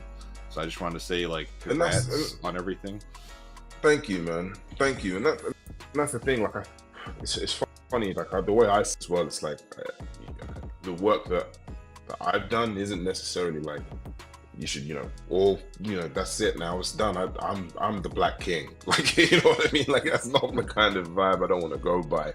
Like, it is literally just, you know, the way I see it, it's like opening a door and, you know, being, you know, trying to tell other devs or like other publishers or other, you know, people like, well, tell other devs, like, look, you can do this too. Like, you know, I'm just an actor. You guys have got like years upon years of experience. You could kill this scene. And then also telling publishers to wake up, man. Like, there are more stories out there that are needed to be told, and there are people out there who want these stories. And I think like that's the thing. It's we're not niche, man. Like, we are there, we're live, and we really wanna, you know, there are people who want this stuff, and I think like that's the key, and I think that's something that I really want to drive and strive forward with. For sure. That's why we're all here, you know. But yeah, tell the folks how to find out more about you and what you're building. Yeah. So you can follow me. I'm on Twitter and Instagram. You can follow my studio as well, Sergeant Studios, which is at Sergeant Studios on Instagram, Twitter, TikTok, and Zal the Game as well as on Twitter. And yeah, you can find all the information there. We post them all the time. So we've also got a Discord channel as well, which is at Sergeant Studios, where we post at the moment mainly like Tales of Kinzera stuff, but we will be posting film stuff and everything like that because the studio does film as well. But yeah, it's we're taking over, man. We're trying to make as much noise as possible. So any support will go well, because, you know, I think my aim or my drive is to give back as well, as much as we can, because hey, it's a circle, man. You gotta give back in some way, shape, or form. 100%. Well, thank you so much for joining us. We're definitely gonna talk again. We're gonna chop it up again. So please, it'd be great, because I'd love to talk rather than sitting on my living room floor. Cool. All right, talk to you later. All right. Thank you. Okay, we just had we just shared some dope trailers. We had our last interview, which was really good. I don't know, it's just so inspiring, Destiny, right? No, I agree. All the folks that it's ridiculous. Some of the folks I did not know that we were going to actually get to be on the show, because they're just so monumental and interesting, it's great. But if you want to help out the developers, Black Voice and Gaming, be a part of the cohort, definitely check out our website, which is blackvoiceandgaming.org. Check out all the developers there. Also check us out on social, Black Voice and Gaming everywhere. On X/Twitter, it is BVI Gaming. Also support us through them funds on Tiltify. We also sell merch as well. You could check that out on our Black Voice and Gaming website. All the proceeds of that go to operations and also the developers that we're working with. We have an amazing next guest. Let's get to it.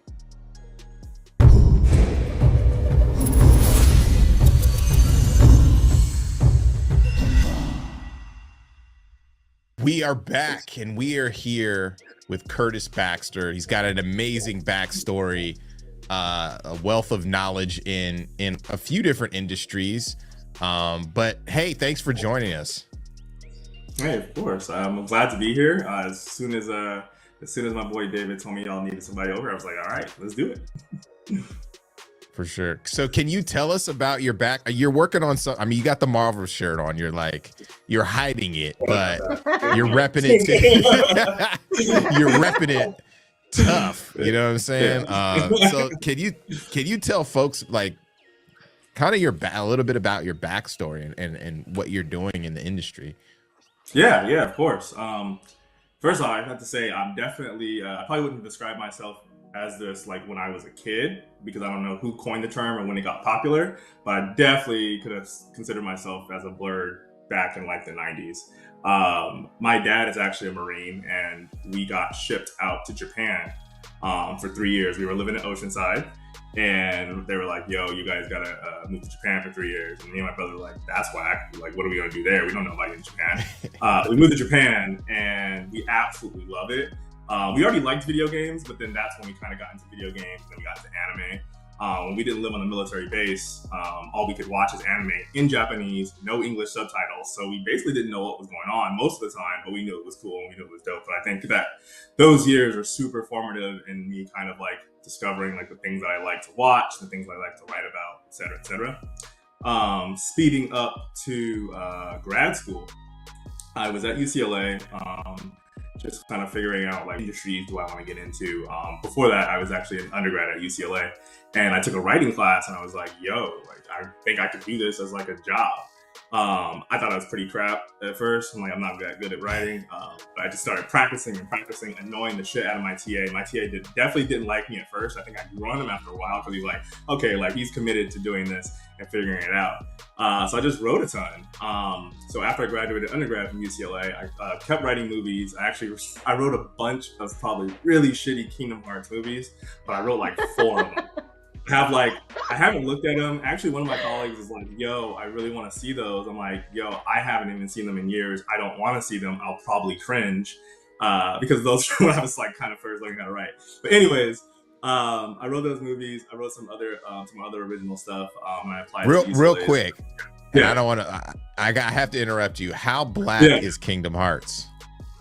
Like, how black is Kingdom Hearts? My version? No. I'm just seriously, because we had Akubakar, who's he's developing this dope game, right? I just downloaded the demo. Yeah, we were talking about the demo, and we were asking him what are the referential games that you love, and he brought up Kingdom Hearts, and then Sean on the leadership was like, Kingdom Hearts is extremely has black culture written all over it, and I just had to ask that question because it keeps coming up in our interviews and stuff. No, 100%. I it's so funny. I know that game resonates with a lot of black people, black culture, specifically, like, I mean, black men and women, but really a lot of black men gravitate towards it.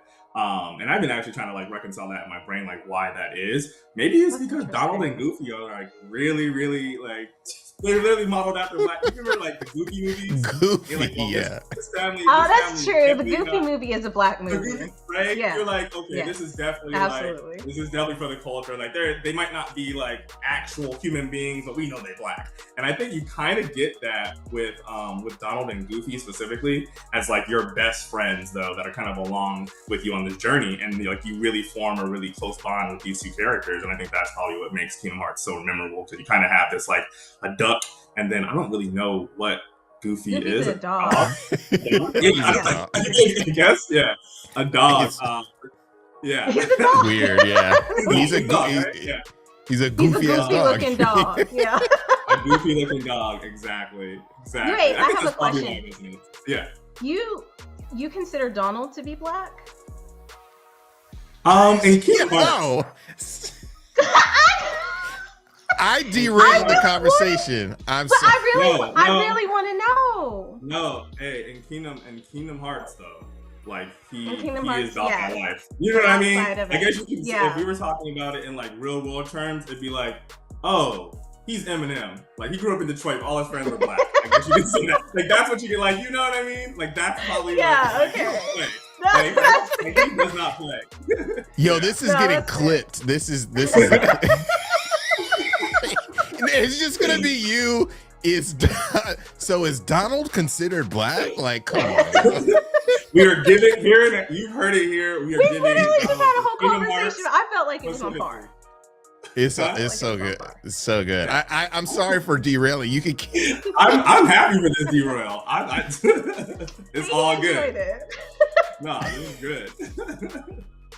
No, it's always nice talking about stuff that really inspired you. You know what I mean? If it wasn't for the video game that I loved as a kid, who knows if I would have decided to be a writer later on? Who knows if I would have wrote those movies that'll probably never see the light of day?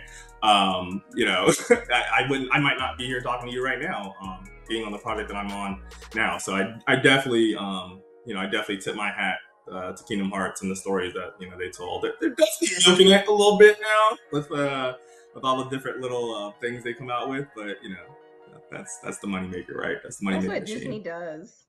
Yeah, 100%. Yeah.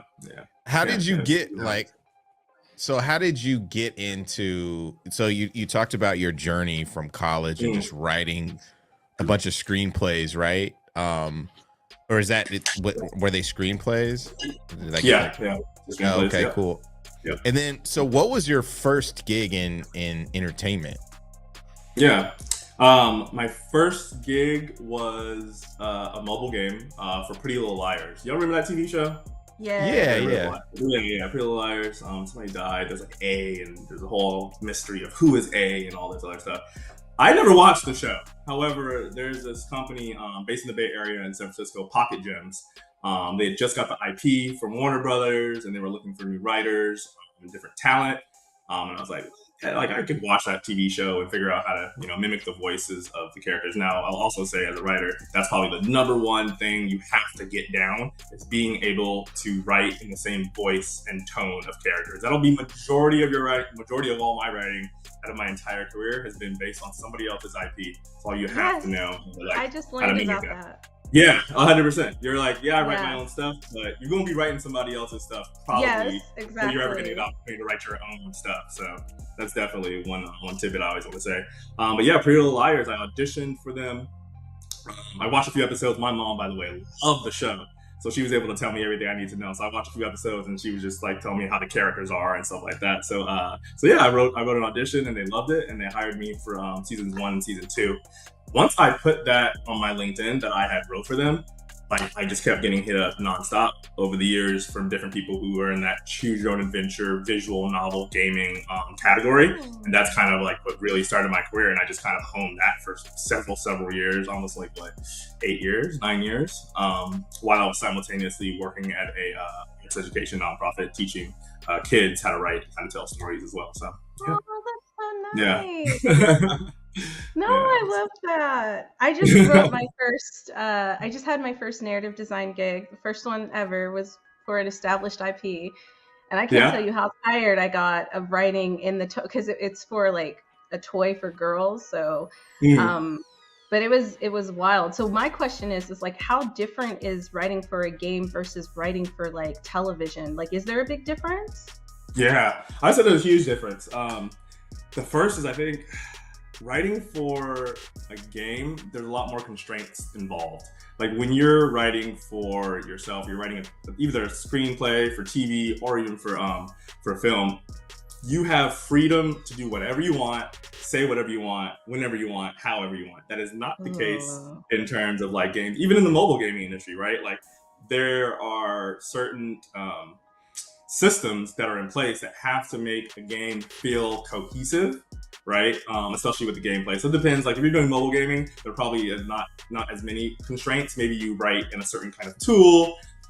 Maybe you have to use Google Docs or whatever that might be.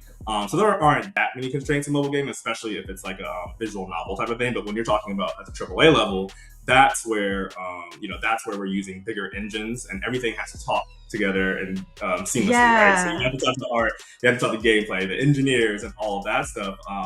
And so yeah, it's pretty different in that sense. So now whenever I do go back and I write my own stuff, and I write my own screenplays and stuff, it is nice sometimes to be like, okay, all I have to do is worry about like what's being said, what's being shown on the screen, and that's it. Not necessarily like, can I even do this particular thing? But it's nice because now you kind of learn these different skills that really do transfer over. I mean, like I've learned so much in the time that I've been at Electronic Arts, that it's nice to have a team who's like shipped games together. That really kind of helped me along with like on my journey. So when you're at Electronic Arts, are you like writing by yourself or do you have a team? Like I had to write everything by myself, and that was really hard. That's a lot. That's a lot. Yeah, it was a lot. Yeah. No, we have a team. We have a team that's growing, right? Over the past year or so, we've been growing. I think we're at about 3 narrative designers and game writers. A lot of those responsibilities are typically shared, depending on the studio, but usually the writing responsibilities are shared. But like, for instance, y'all know Danny Lalanders is on our team with us, and then we have about 2 other individuals, Alexa and Emily, who are also on the team. So yeah, we're definitely a growing team. That's so nice. Yeah. Because there's like when you don't have anybody to throw ideas against, and you're like racking your brain trying to make everything fit into like the IP and like the character count and everything. It was a learning experience. Oh, I get it. I get it. Did you like? I'm interested to hear like, in terms of like, if you're just the one writing, how are you getting it signed off? Like, who's signing off on it? Because I know sometimes when I write something, it might not sound the way I think it sounds on the page to somebody else. So when you have somebody else that either is signing off on it or another writer, like, this don't sound right, or this sounds great, or we can fix this, like, how do you navigate that? It was actually really hard because the company making the game is out of Spain, and so that's the reason why they hired someone. And so and then it had to go, because it's an established IP, a lot of it had to be approved by like the main, to make sure it still fits within the theme. So there was a lot of like back and forth, and like what kind of slang you could use and what you can't use and things like that. So it was a tedious like 7 months, but I really appreciated the opportunity to like learn that. And actually that was thanks to Justin, because he actually put me in contact with someone because I wanted to get into narrative design. Nice. I forgot about that. A lot of stuff going on, man. I totally forgot. I mean, I know you were doing that, but I forgot there was a thread. I mean, that's awesome. But yeah, that kind of goes into my next question. How does that work with? I was a comic book head. Still love comic books. I read like, old compendiums and stuff like that now, and like look at the YouTube channels where they just go over stories and stuff, page by page, that kind of thing. How is the review process to get the voices of the characters? How does that work in relation to like Marvel Studios or Marvel Comics? And is there someone from that ilk or from the studio that is actually like reviewing this stuff? Yeah, that's a good question. I could probably speak more to like my experience in mobile games. I will say, obviously, it's a Black Panther game. We collaborate with Marvel, so that they're looking at our stuff, like full stop. In my previous jobs, especially in mobile games, usually like IP holders, let's say like for instance Pretty Little Liars, a lot of back and forth with the IP holder, like that is that's like you're preaching to the choir. I know how that is. Actually, I'll fast forward to another project I worked on. You guys remember The Breakfast Club, the movie? Yeah. Okay, I wrote on that mobile game, and boy, let me tell you, the way that the IP holders, I think it probably was Universal, I want to say, wouldn't let us do certain things, which is interesting. Like, we can't make canon characters gay. Like, we can't do this, we can't do that. Like, some IP holders are really, really stringent about what you can and can't do, or what you can and cannot change. Usually they're the ones who are signing off like, oh yeah, well, this character wouldn't say that or do that, or this is not in their tone. Usually that's where the buck kind of like stops at. And then, if the writer has to change it, if we have to go back, we have to iterate on it, then that's just what we do. That's interesting. Yeah, we're doing a game with Paramount, two Nickelodeon titles. and one of them is Rugrats, which was announced, and we've had that mostly with our PR stuff, not as much the game, because we like are very careful. Also, it's not a AAA game anymore. Like, there's not a lot of text because it's a side scroller style game. But that's really fascinating. That's interesting. Okay, now I'm interested. Sorry, in my mind you said side scroller and Rugrats. I'm just envisioning Tommy and his pamper crawling around right now. So that's all that just got stuck in my head. Yeah. I'm not. I just tossed it in there because I totally relate. But yeah, it's an 8-bit. Rugrats game. It's an NES game, and then it's also hand drawn. You could flip back and forth. Dope. Thanks. But no, it is. It's really cool. Yeah, thanks. Well, I think that the interesting. That's. I'm trying to like steamroll over that because I'm not trying to shove that in there. This isn't about the stuff I'm doing, But I would say though, it's interesting because I think folks get flack for working on IP, and like licenses and stuff like that. I think back in the day, when like people could sneak it through, like sneak stuff through the Christmas period without Twitter, that's what gave everything like a crummy outlook on licensed titles, but you can't do that. You can't fake it anymore. Like, it has to be good, and that's how we're pushing things through. What was your perception when, kind of coming into that, like into your own when working with licensed IP? Were you like the Breakfast Club? It's like a gig, but were you like, do you ever think like, damn, I don't know if I want to work on another, licensed piece like this? Do you get tired of it, or are you only picking gigs or licenses that you really have close to your heart? I think in the start, just somebody trying to break into AAA games and write for AAA games at the start.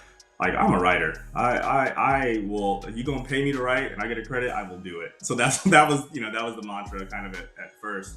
And I've had a mixed bag of experiences. I've had some IP holders who are great and it's awesome. They want to collaborate really well. And then you have places like, with this particular IP holder with the Breakfast Club, where they really want to be as involved as possible and telling us, what we can and can't do, or that's a nightmare. I can speak to this, that like so far, like Marvel has been a fantastic collaborator. I will say that. So it's really nice. Like I was a little nervous coming in because you never know, especially when you have a big IP holder. Like, how is this going to go down? Like, how is this going to work out?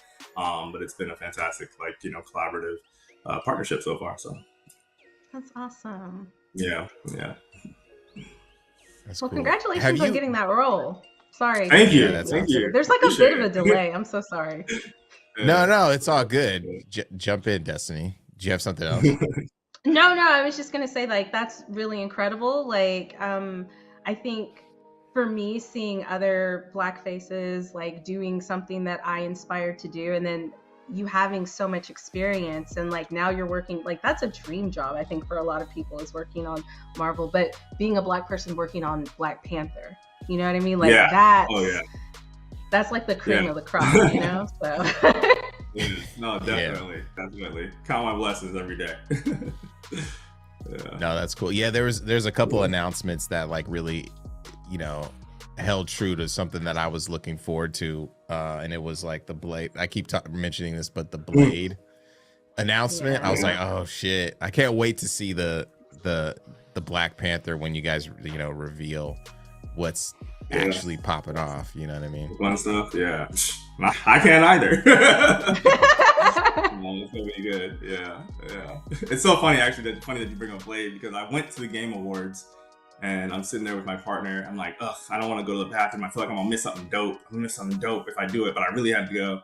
Tell me why I went to the bathroom, and that's when they premiered the Blade trailer. And then it came back. I was furious. Yeah. But yeah, you drinking all those liquids before the Game Awards show. Oh my god. Thirsty. Thirsty. All those liquids? I have to drink. you over here boiling water all this whole time. I drink a lot. That's what ladies think about for sure. Like I can't Oh my lady God. I can't drink. I can't drink, you know. So that's amazing. No, I totally feel that. I didn't go this year. Definitely gonna go next year. Sure. Yeah, let me know if you're out there. It was like, 10 minutes away from where I live, so yeah. Yeah. But thanks so much for joining us for Black Voice in Gaming. It's really awesome. And also, Destiny's a writer, so it's cool to hear her perspective on on writing for games and stuff. It's kind of a dream job, it seems, to do that. And you've worked hard to get to the place where you're at, which is an awesome accomplishment, and inspiring to other folks who are trying to get into the industry. There's so many different people who are trying to get in different ways. And I think people, especially as writers and musicians, in general, in gaming, are discouraged a lot because they're like, how do I start?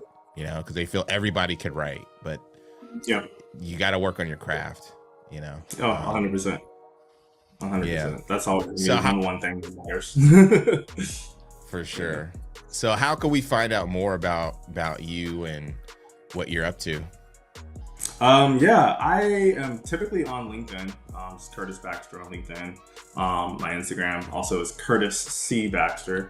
And those are pretty much the two platforms I'm on the most. I've never had a Twitter, or I guess X. I've never had one. I was talking to Danny about that earlier today. I'm like, nope, never had one. She's muscling through on on X Twitter. I'm like, what is she gonna say next? Oh yeah. That's amazing. But yeah, thank you so much for joining. Sorry, real quick. How I've experienced Twitter these past years have all been on Reddit. It's like Black people Twitter, but on Reddit. That's how I experienced Twitter. It's weird. I know it's weird, but that's amazing. Yeah.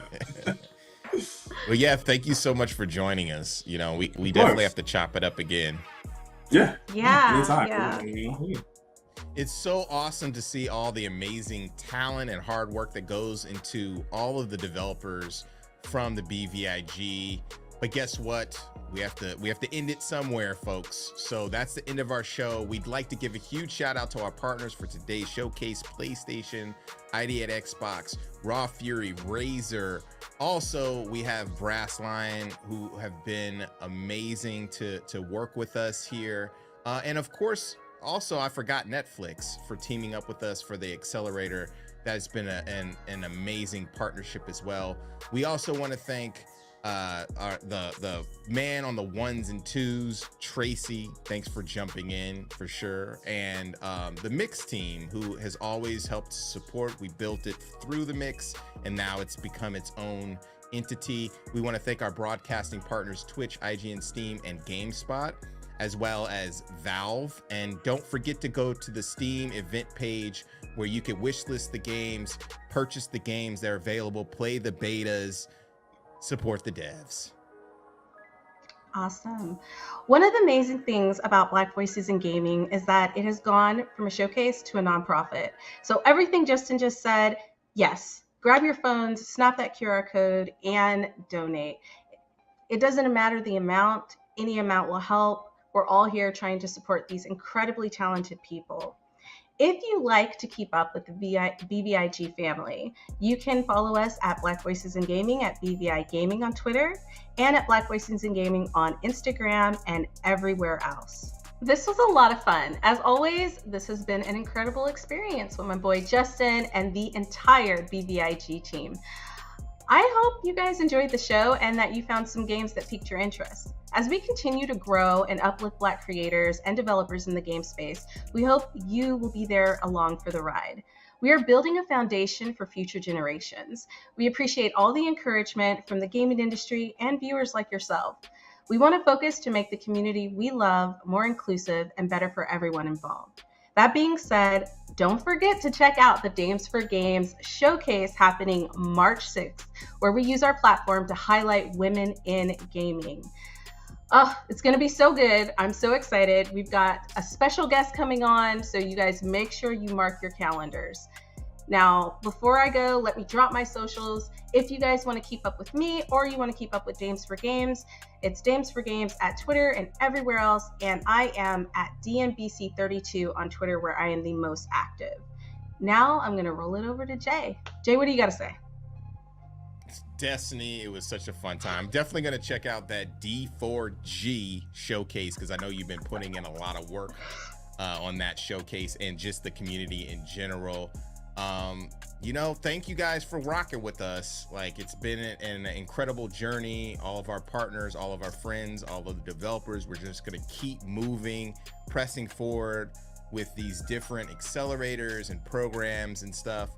You could find me on my socials at IcyJman, and then make sure to follow Black Voice in Gaming, BVI Gaming on Twitter, X, and everywhere else at Black Voice in Gaming. We will see you real soon. Peace.